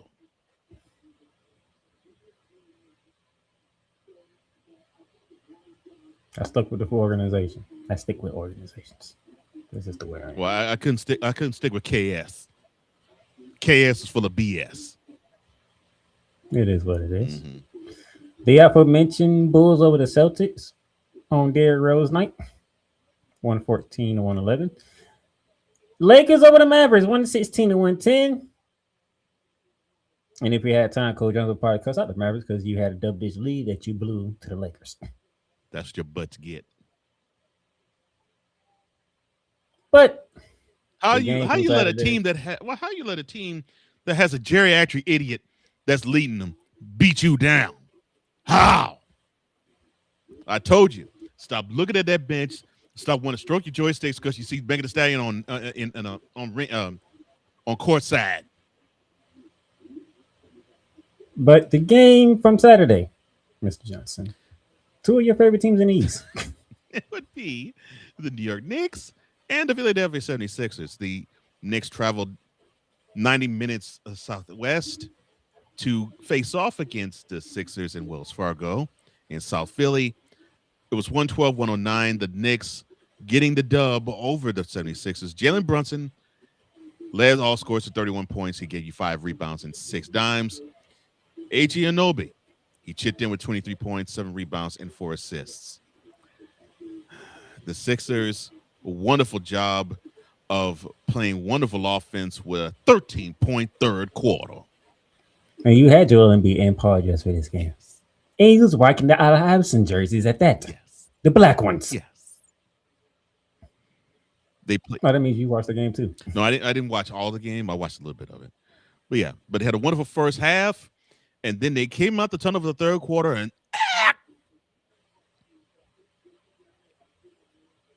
then your 2 best players, first one being Tyrese Maxey throwing up a stupid ass shot, looking for a foul call. Oh, it was pulling James Harden. Okay, that's good to know. And then Joel Embiid, I don't know why you got the rebound, pass it out. Don't take 2 dribbles, then try to throw it between two Knicks, you dummy. And that's how the Knicks survived. Good. I'm glad. Joel, I thought you was the best center of all time. What happened, son? That's a lie. 28 point first half win. He playing you in the second half. That's a lie. That man scored 28 in the first half. Karl Anthony Towns could not stick that man.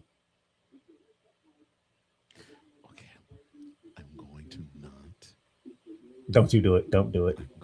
I was making a point. Don't take it to it. Don't take it that way. I'm going to not say it. So we're going to go to Sunday. I'm going to refrain. We're going to Sunday. We're going to yesterday. I'm going to refrain because I Heat over the. I can't say it. I can't. I just can't. Well, you finna be happy. Heat over the Suns 114, 111 to 102. Pistons over the Kings 139 to 116. Warriors over the Timberwolves. You love that score, don't you? 111-85. Yes, I'm glad that the Warriors are playing. They're playing defense without Jonathan Kuminga, and I told you, Anthony Edwards, stop dealing with them hoes. Stop dealing with them hoes. Let them hoes But go. I think you should have asked them. I think you need to ask another question, but to a different team. Why? Because what's the next lineup for that? It would be the Raptors over the Thunder. 103-101. That's back-to-back L's for the Thunder. Well, I told you, Thunder. You're getting everybody's best shot. You're the defending champs, and you're young, so you got to act like you Keith Sweat. You made me young, but you're ready. You got to act like you Keith Sweat, and there's a right and a wrong thing. That you're young, but you're ready. But right now, you in the doldrums proving that you ain't. The Pacers and the Raptors. The Pacers and the Raptors? Who had that? Who had that? And the Pacers without Tyrese Halliburton. And then, go ahead. This way. The Clippers are making me happy. They're actually acting as though they are a good regular season team like they're supposed to be. They beat the Nets and beat them down 126-89. Yes, that's right, Clippers. Come on now. You're now the number 10 seed right now in the West. We would end the season, so you'll be in the play-in. Let's get to number 6. Let's get to the 6th seed. Come on now. You got it in you. You got it in you. You're talented. You're a talented bunch. You got it in you. It's the fact that he's actually clapping. Get to the number 6 seed.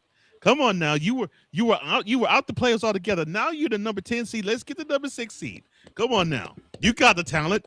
You got the talent. It's only 5.5 games you got to make up for a difference. You got it. Come on now. I got to believe in you. I believe in all of you. Get there. Assure your playoff spot. And this is where Cole Johnson gets serious because I'm pretty sure he knows about this and he probably has some words to say.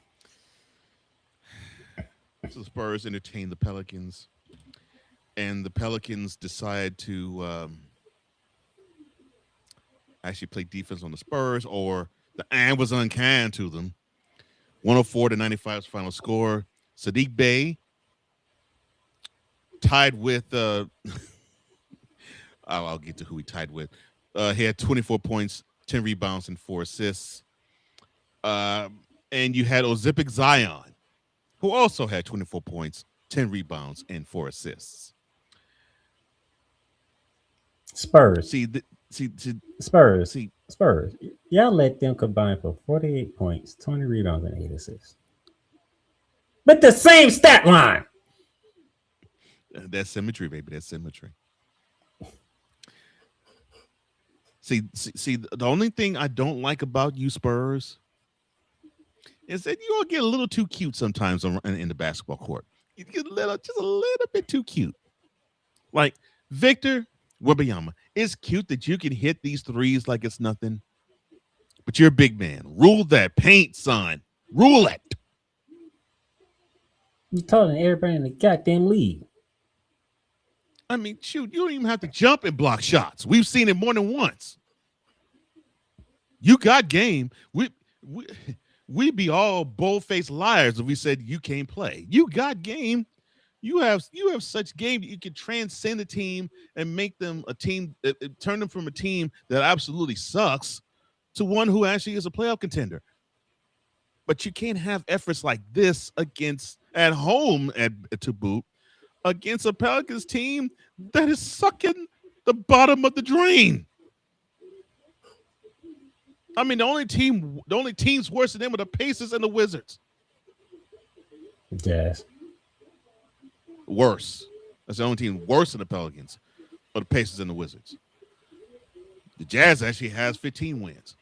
Well, I mean, I wasn't thinking about wins. I was thinking about that ass whooping that they took several weeks back. So it's unforgiven and unforgivable.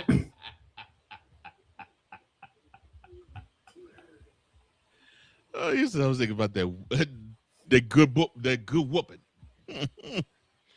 Okay, touche and fair They enough. had the DC give up 140 something points, but couldn't even get to 100 they damn self. And he was at home too.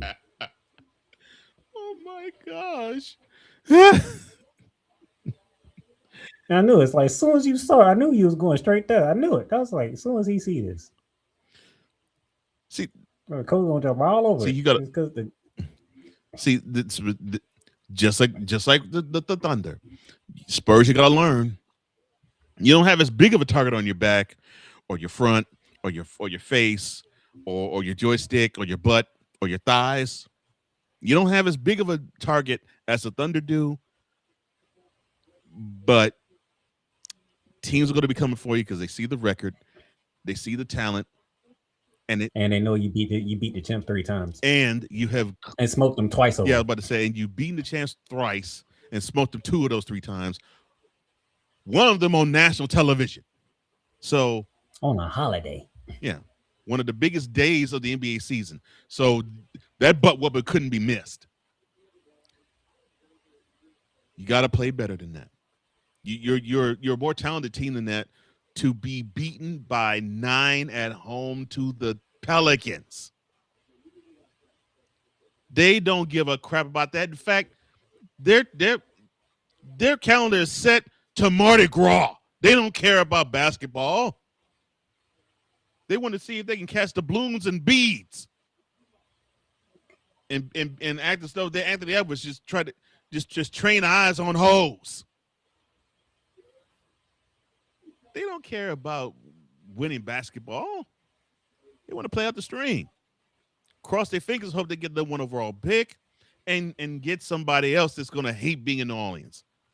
Meanwhile, you have a team where you can build on a culture. Currently, you're the number 2 seed in the West.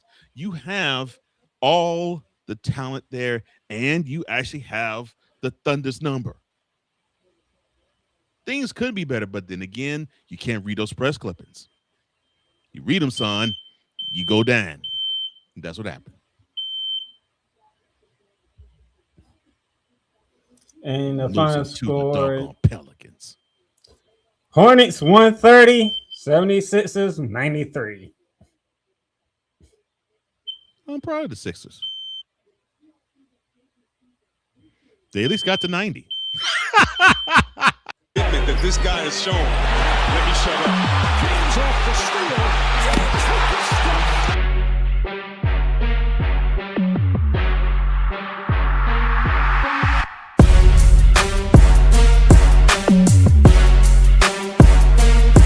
Rebound by Adams, his 6th. Morant blows by Primo. Attack.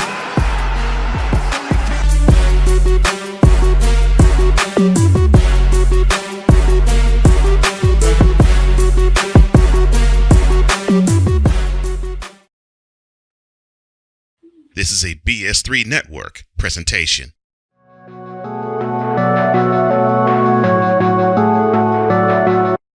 I want to do a TED Talk, but I don't have anything to talk about yet. I'm getting there. Life is for the living. We're not here that long. You can learn anything you want to learn without any money spent. What do I really enjoy? What do I really want out of life? I am your host, WIZE. Are you in a life holding pattern? Well, this is for you. Welcome to the Stuck in My Mind podcast. Live every Monday, Tuesday, and Wednesday at 4 p.m. Central.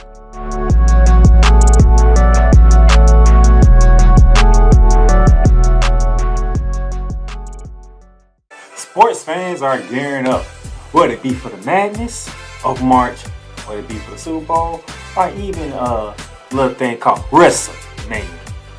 You can get all that at Fanatics, where they have a wide selection of gear from every league, including the NFL, the NBA, the MLB, the NHL, the NCAA, and the WWE. So go on and show that pride, that passion, that dedication fan that you are by whipping your team, your league, all your favorite players. Fanatics, official laces, everything. The Big Ten. You can say you're not impressed. You can say you're not happy. You can say all these things, but no, whatever the case may be, the Buckeyes are on top of the football world. And it's just where it is. The SEC. And what does Georgia do? Well, as a team that has a championship pedigree would do, they came out full guns blazing, just like a tested SEC team would do. And Big 12. That team right there that is ranked 15 that put up 45 points. Yes, sir. They were picked dead last at the beginning of the season. The ACC. Start with the biggest name first. Chapel Bill now. It's no longer called Chapel Hill. It's called Chapel Bill because Bill Belichick is now the head coach of the North Carolina Tar Heels. The CLP rankings, do away with that. Right. Do away with it. Bring down the gridiron on the Playmakers Blog Network YouTube channel and where you can find podcasts.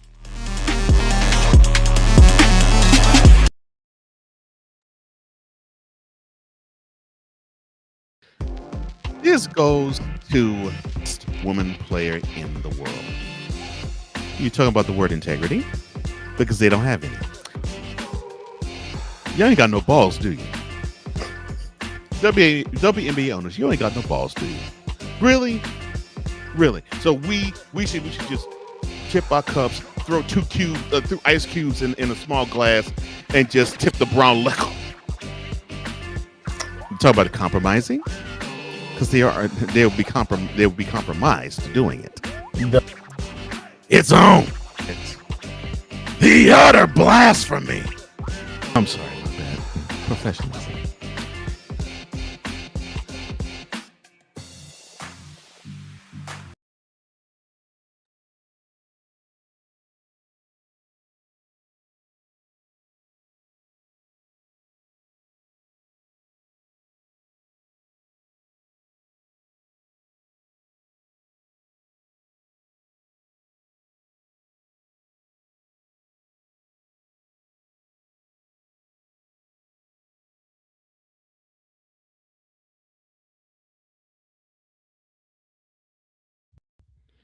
Retire now.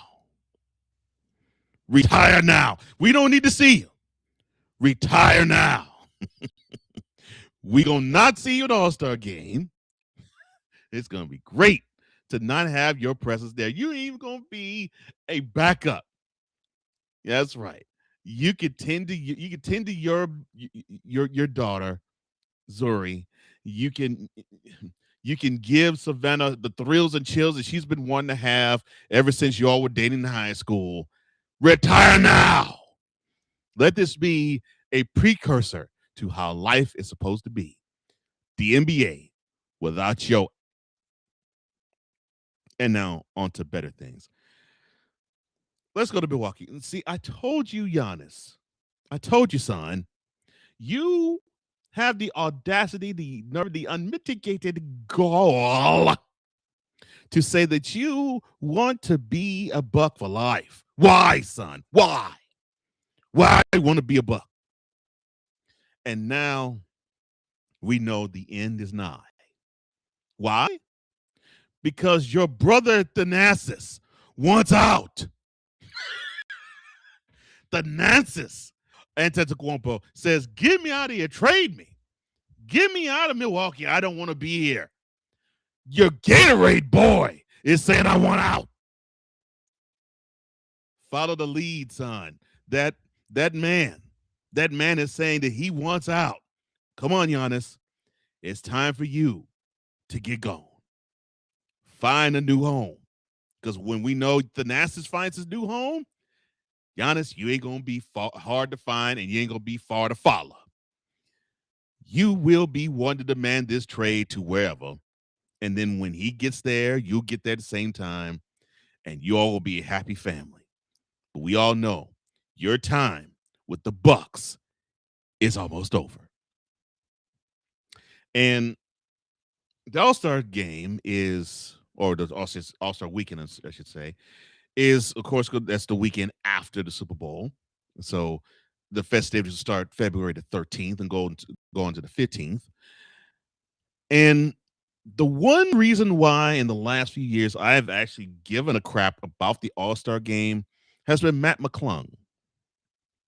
Well, it turns out that Mr. McClung ain't going to be in the slam dunk competition this year. The only reason why we would watch All-Star Saturday, although I think it's ridiculous that he ain't really an All-Star, but he's the best thing on All-Star weekend, including the game itself. And he will not be in the All-Star competition. See, this is why people know that y'all are funky, NBA. Funky. This is the best thing that has happened in the NBA's All-Star weekend since Vince Carter shut everything down in the slam dunk competition. And that's 26 years ago.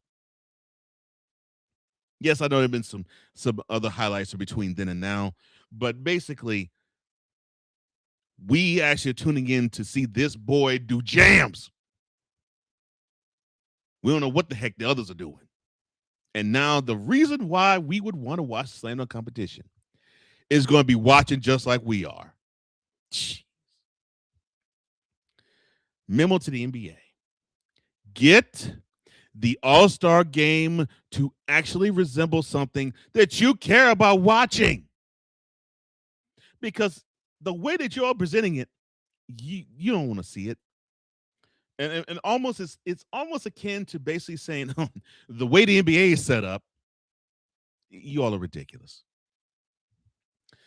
So to review, the writing is on the handwriting is on the wall. The Thanasis Antetokounmpo, he wants to tell Giannis, get out of Milwaukee. I want out. I want God. And now Giannis will be following him. Matt McClung, who's been the only reason why we watch All-Star Saturday, much less All-Star Weekend, he is not going to participate in the slam dunk competition, which means all of the All-Star Weekend is going to suck. And LeBron, retire now. Get out of the sport now. Oh, and Wise, the Knicks being world champs. Oh, this goes to best woman player in the world. You're talking about the word integrity? Because they don't have any. You ain't got no balls, do you? WNBA owners, you ain't got no balls, do you? Really? Really? So we should just tip our cups, throw through ice cubes in a small glass, and just tip the brown liquor. You talk about compromising? Because they'll be compromised doing it. It's on. It's the utter blasphemy. I'm sorry, my bad. Professionalism.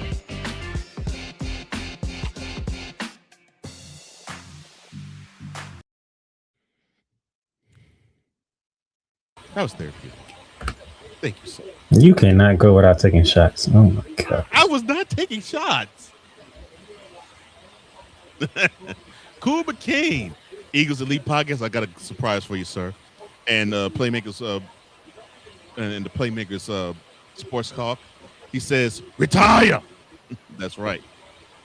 Play caller sports talk, not Playmaker. Play callers. Sorry, Play caller sports talk. I've got Playmaker on my mind. Play caller sports talk. Sorry about that. Sorry about that. Cool. He says, shouldn't he want out the league? I would think so. And he says, oh, no, don't leave out Alex Antetokounmpo. Don't leave him out. He says, so don't be like the NFL Pro Bowl. That's right. That's right.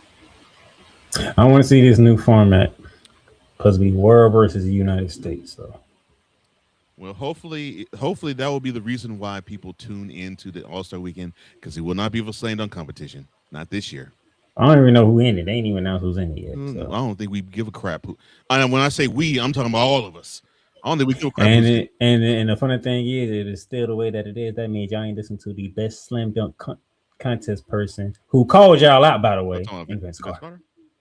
Yeah. Mm-hmm. He put names to paper who he wanted in the dunk contest because it's on NBC.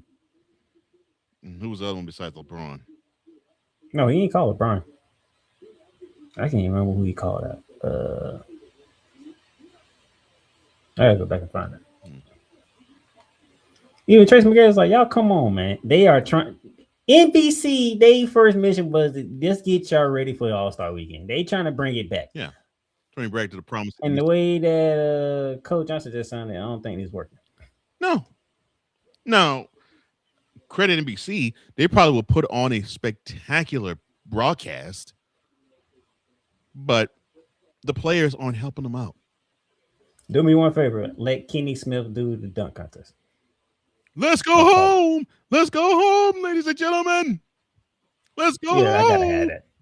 If I'm gonna watch that, I need Kenny. Yeah. It's over. Let's go home. Yeah. I need that. I do too. All right. Let's get out of here. Games to watch. Nationally televised games, or however you want to call it, whatever you want to call it.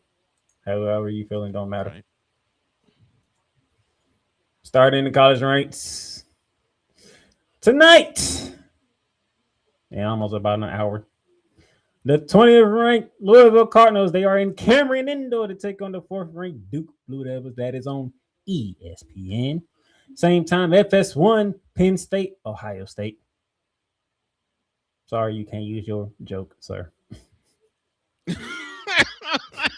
was not going to go there.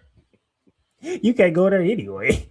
I can't because oh Lord, now I got the joke in my head too. Ohio State is the best sex I ever had. No, I got that in my head. And that was intentional too. I know that was intentional. That's even funnier. And then the top team in the country, the Arizona Wildcats, they are going to Coach Johnson's second adopted Big 12 school. Oh, Lord. The 13th ranked BYU Cougars, 9 p.m. ESPN out there, Louisville and Duke. Yeah, 15. Lord have mercy. 15 players, 300 wives. Lord have mercy.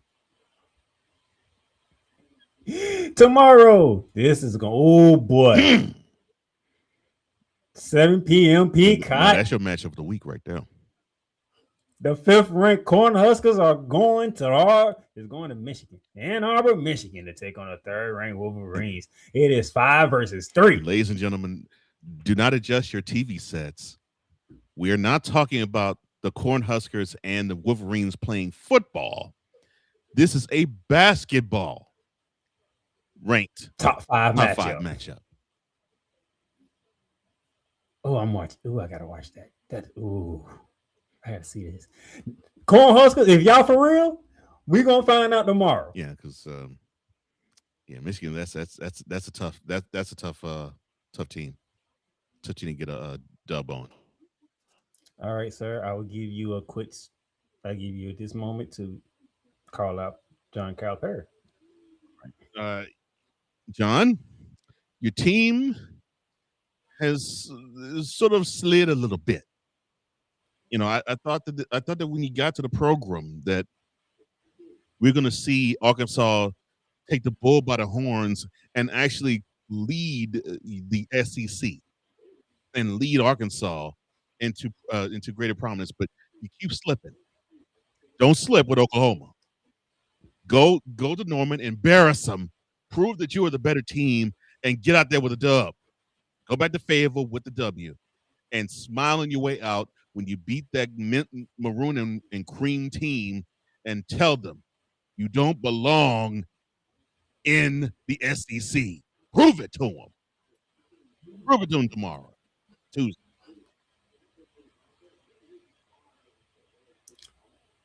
Little A10 action. Richmond. Don't lead the program in NCAA sanctioned straits. How you just gonna disrespect the A10 like that? I'm sorry. I'm so sorry. You know the A10 don't make the program like that. I know. I'm sorry. Jeez. 7 p.m. CBS Sports Network. Richmond and VCU. And those of you who want to know what that stands for, Virginia Commonwealth University. Right. 7 p.m. ESPN, Syracuse, NC State. And this ain't your father's Syracuse either. Ain't your father's NC State either. 8 p.m. SEC Network, the 23rd ranked Crimson Tide hosting Missouri. 9 p.m. Peacock after the big top 5 showdown in Ann Arbor, Michigan. We go to Bloomington, Indiana. Assembly Hall.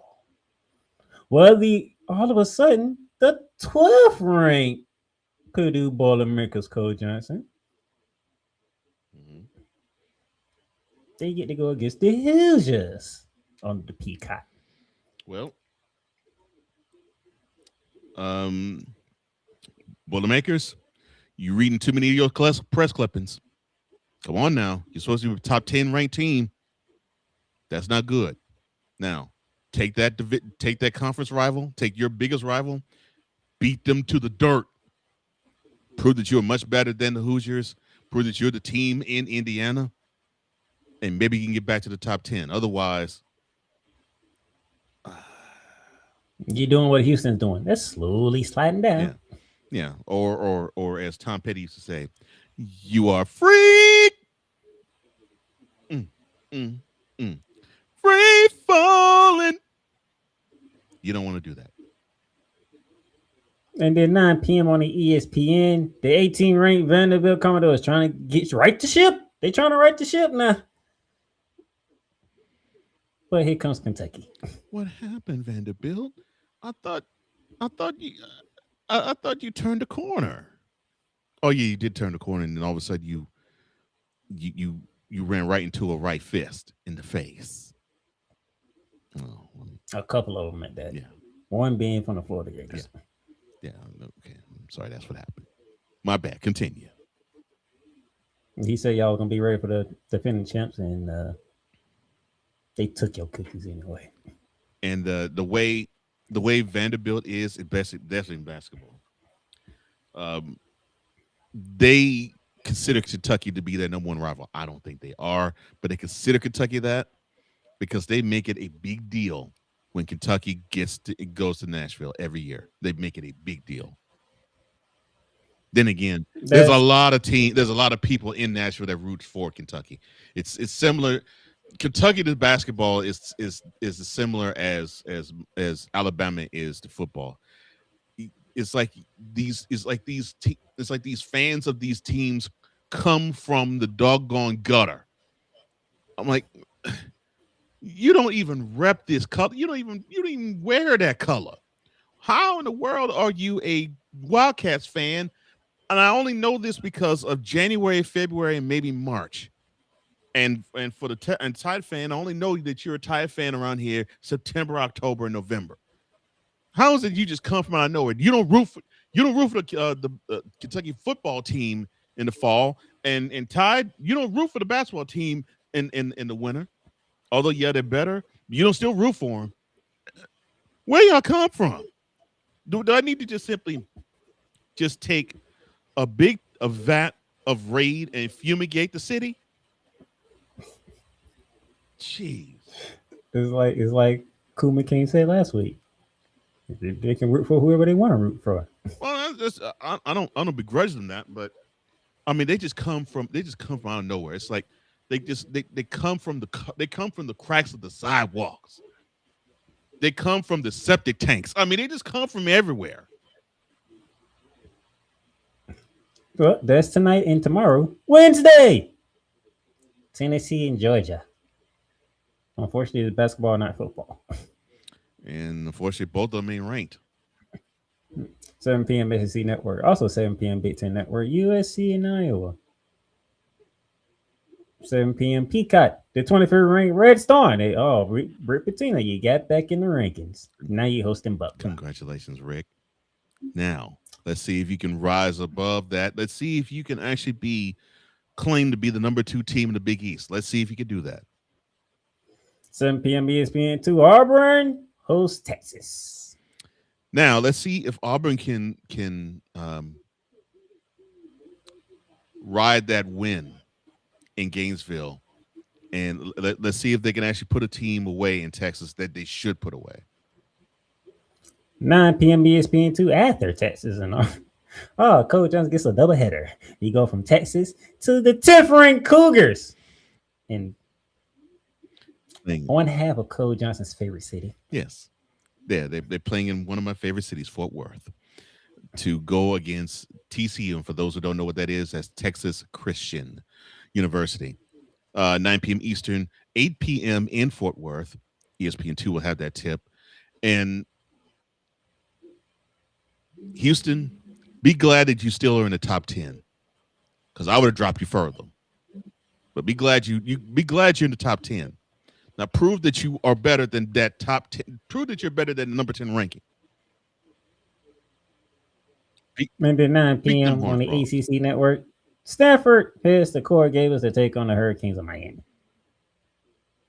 Thursday, the 8th ranked Cyclones of Iowa are hosting the Colorado Buffaloes, 7 p.m. FS1. And after that, at 9 p.m. on SS1, the 9th ranked Illini of Illinois are hosting the Huskies of Washington. That is the men's side. Let's go over to the ladies. Tonight, hey, ladies! Tonight, the Gators are in Baton Rouge to take on the 6th ranked Tigers.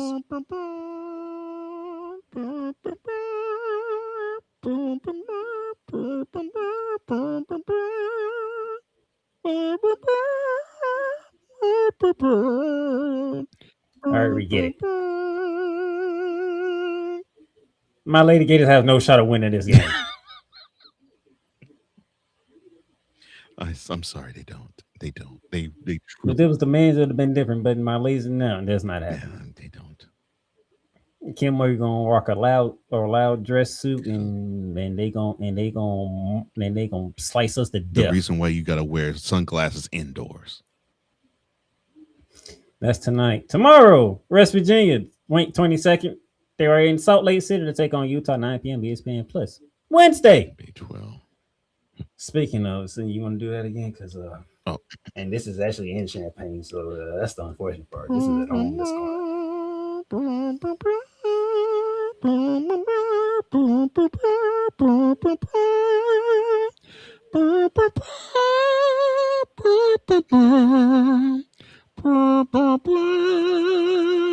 Running, aim, pull.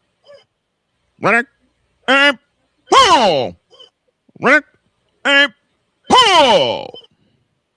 Yeah, the Fire Limelight, they're gonna be witnessing a massacre in their own building when the second best team in the country in the UCLA Bruins come walking in. You better rout them. You better rout them, ladies. Rout them, Lady Bruins. Rout them. 7 p.m. at 7 p.m. on the Big Ten Plus. 25th ranked Huskies of Washington take on the 16th ranked Terrapins of Maryland. 7 p.m. on the ESPN Plus. The 21st ranked Lady Red Raiders are hosting the Iowa Cyclones, who have been falling. Speaking of free falling, that's Iowa State. Free falling. And there's a part of you that wish you didn't say that. Unfortunately, yes, because Ida Crooks, that's my favorite post player in the game right now. And 7:30 p.m. Yep. Yeah. 7:30 ESPN Plus. Oklahoma State Cowgirls are hosting the BYU Cougars. And then 8:30 on ESPN Plus. It's the battle for Arizona. I'm sorry. Did I say something wrong? No, you're fine. It's just I heard women and Cougars. What do you want me to do? That's what they call. I said you're fine.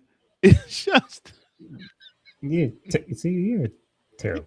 You're just terrible. I am not terrible. I'm sorry. You talk about a woman. You talk about the women. And you said Cougars. And I know, yes, I know. BYU's nickname were Cougars. I get that, yes. It's just so cute that they tried out a bunch of 35 and 40-year-olds to play Oklahoma State.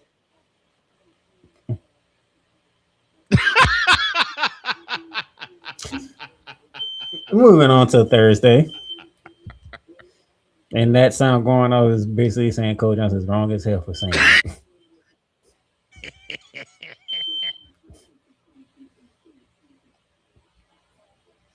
Thursday. Kansas is going to Fort Worth, Texas to take on the 12th ranked Horned Frogs, 6 p.m. ESPN. Virginia and Wake Forest get together 6 p.m. on the ACC Extra. The 15th ranked Lady Vols are hosting the Lady Bulldogs of Mississippi State 6:30 on SEC Plus. 24 Crimson Tide of Alabama versus 23 Georgia Bulldogs 6:30 SEC Network. And of course, let Cool bring in the other side of it. I was hoping he wouldn't do that.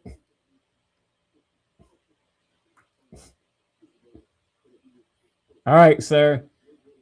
You got a message for the team that is limping in Oxford?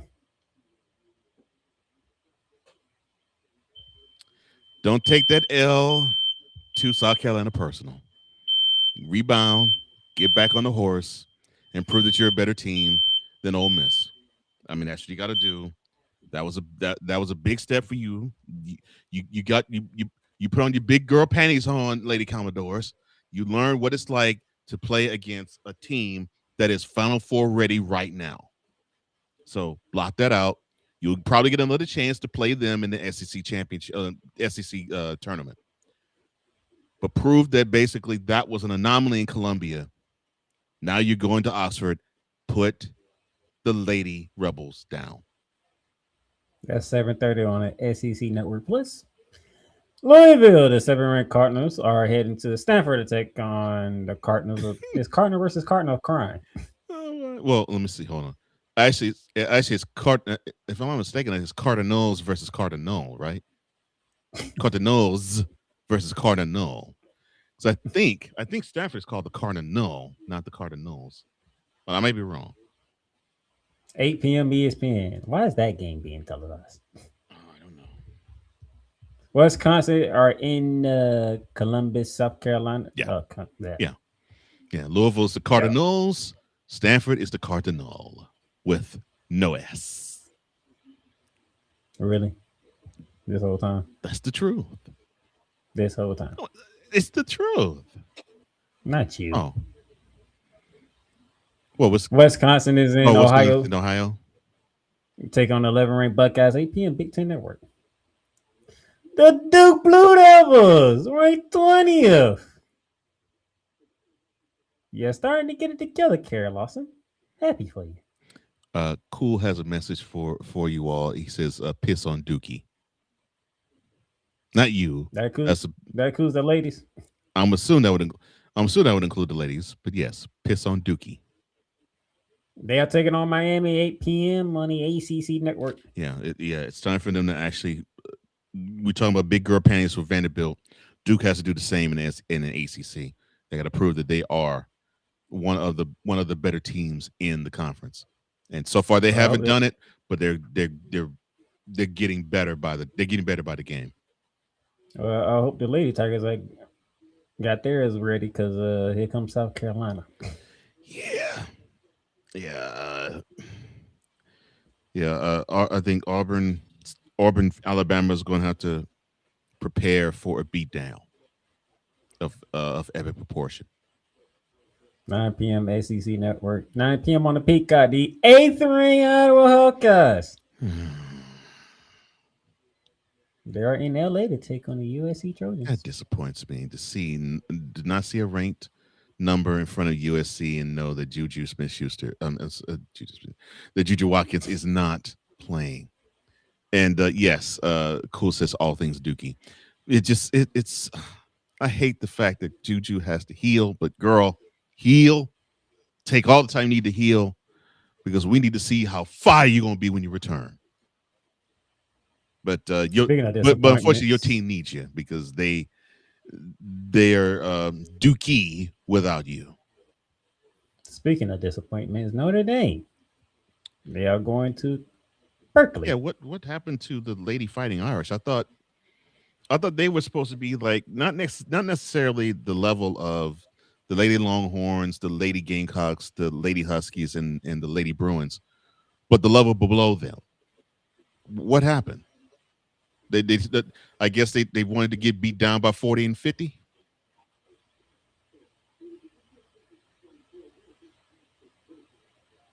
No Olivia Miles. And it's hurting them badly. It's hurting them severely. It really is. It's hurting them severely. She's doing all right in TCU. But you ain't hearing nothing from her though. Her name is not in the headlines whatsoever at TCU. That's probably what she wanted. Yeah. Because at Notre Dame, it was you and Hannah Hidalgo. Now you got to take on Cal 10 p.m. ACC Extra. And then to the NBA, there we go. We have a triple header tonight on the Peacock. Round 2. Magic and Cavs, this time in Cleveland. And NBC, no, I'm not going to go there. I'm not going to go there. I'm going to be I got NBC on there, but it's not NBC. It's just Peacock. I know. I was going to be polite. It's just Peacock. Yeah, I'll be polite. Thank God it's only Peacock. If it was on that television, that's not a good sign for me. Why do you say that? This goddamn Magic team. Don't worry, it's coming. Why are it's you coming. so? I'm just letting. Why are you so bad mouthing the base of the Magic so much? Because if they keep going away, you're gonna hear some things. I'm not saying for me, but you're gonna hear some things coming out of the Magic camp. Just letting you know. Well, it just keeps going. More than likely, I'll probably be hearing it from you too. But but still, this team is young. I mean, I would get if we were talking about the Magic circa 1996 and they were having the issues. They've been together. That crew was together 3 years. They went to the finals the year before. And if they were having issues like this current Magic team is having, then I would say, yeah, I could see what's up. But this team is young and they still need to gel. Like I said, is a reason why I say what I said last week. There's a reason why I threw that out there. Say this team is young and still needs to gel. The Trailblazers and the Celtics get together in Boston, 8 p.m. Jalen, son, don't you dip your head in that kiwi and then put black whatever it is on a Trailblazers jersey. You ain't gonna see it. They wear black anyway. Well, you might see it. You might see it with the letters. Don't you do it, son. And the Warriors and the Timberwolves, they get to run it back. Kiwi head looking. 9:30. And when he says run it back, Anthony Edwards, it's not the train you ran when you were last in San Francisco. No, that game was in Minnesota. I said, it's not the train you ran when you were last in San Francisco. I know you ran a separate train when you played this team in Minneapolis. I'm talking about the last train you ran in San Francisco. Because I know you want to deal with some of the same hoes and you want new hoes in San Francisco. You better make sure they score more than 85 points this time. You better make sure he comes. I'm sorry. No, I'm not going to go there. Pause.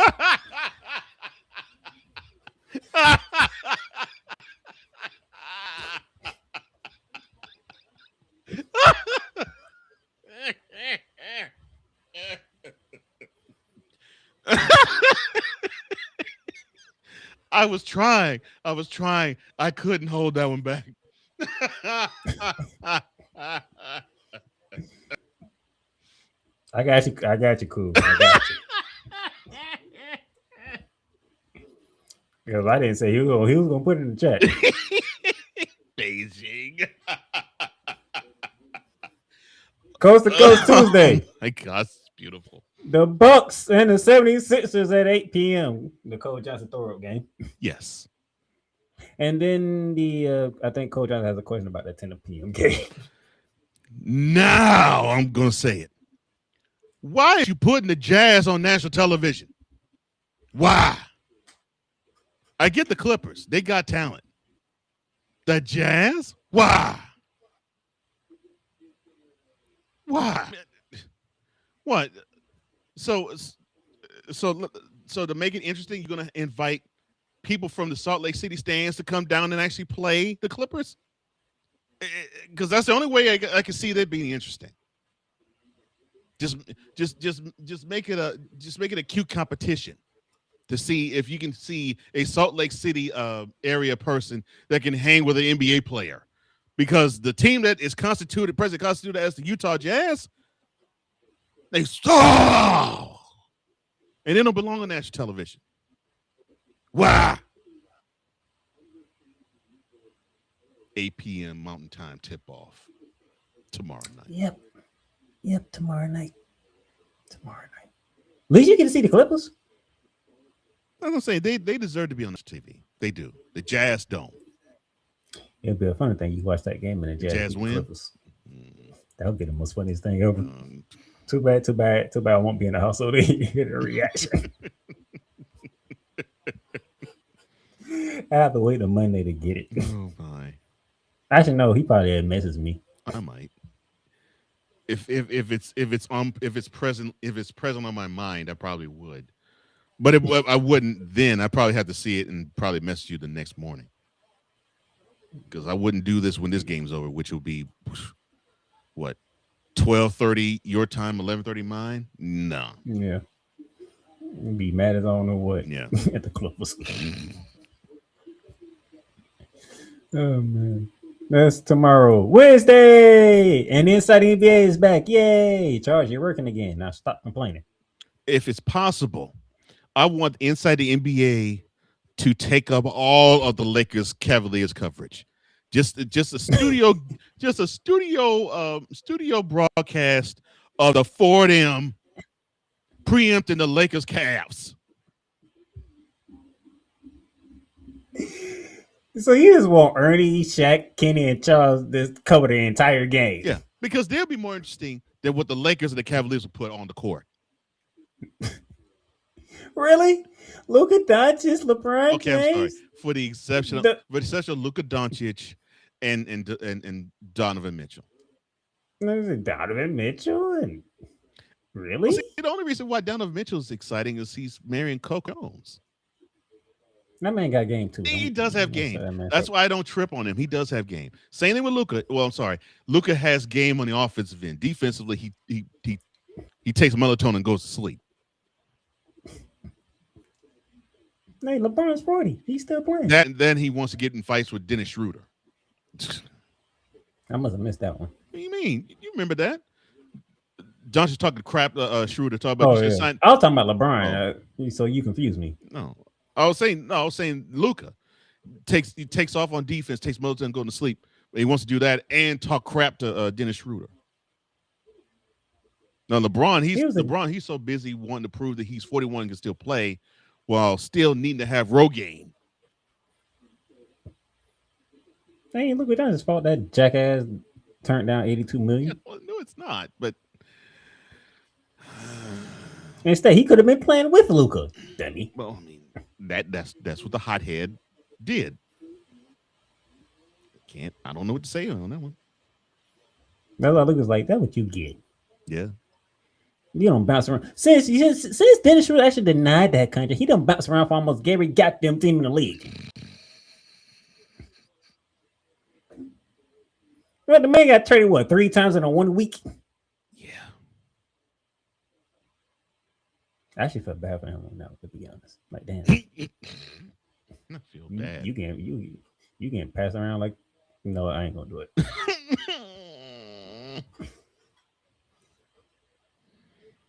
Anyway, that 9:30 game is your game, actually.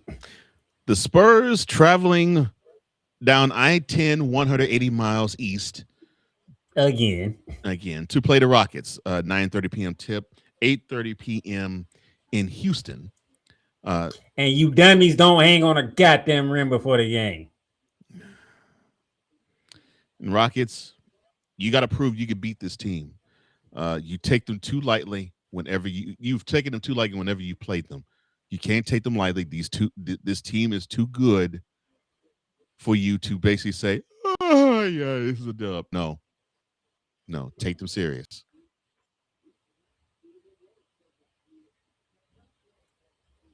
Dummy, just mentioning Victor Wembanyama and De'Aaron Fox, that right there, those two names alone should want you to actually play and come up big in H-Time against them. Man, Prime Video Thursday. The Bucks The and Thunder Wizards. is playing the Timberwolves at 10. Who gives a crap about the Bucks and the Wizards? It's on Prime Video showing it. So yeah, but I get it. The Prime Video is like, oh, you're an NBA team? Okay, we'll allow us. Okay, cool. So basically, you're crapping on the division. You're crapping on the defending champs, and one of the biggest and one of the greatest talents in the game today, in Anthony Edwards. Crapping all over him.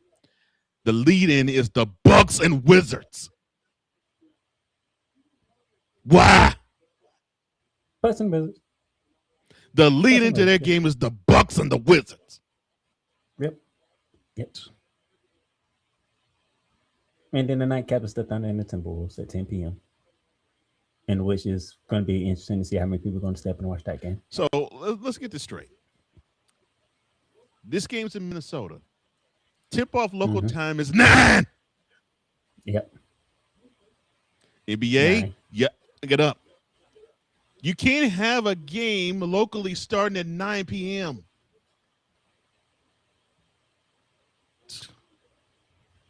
That is, if it was Friday, you might get away with it, but Thursday, Thursday. That is too late. That is too late for an Eastern or a Central Time Zone game to start.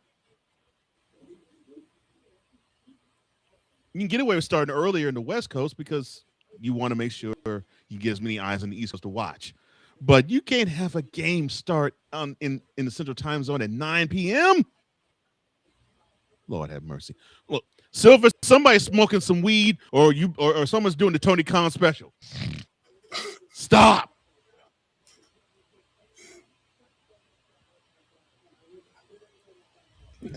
And those are the games to watch for this week. What the heck was that?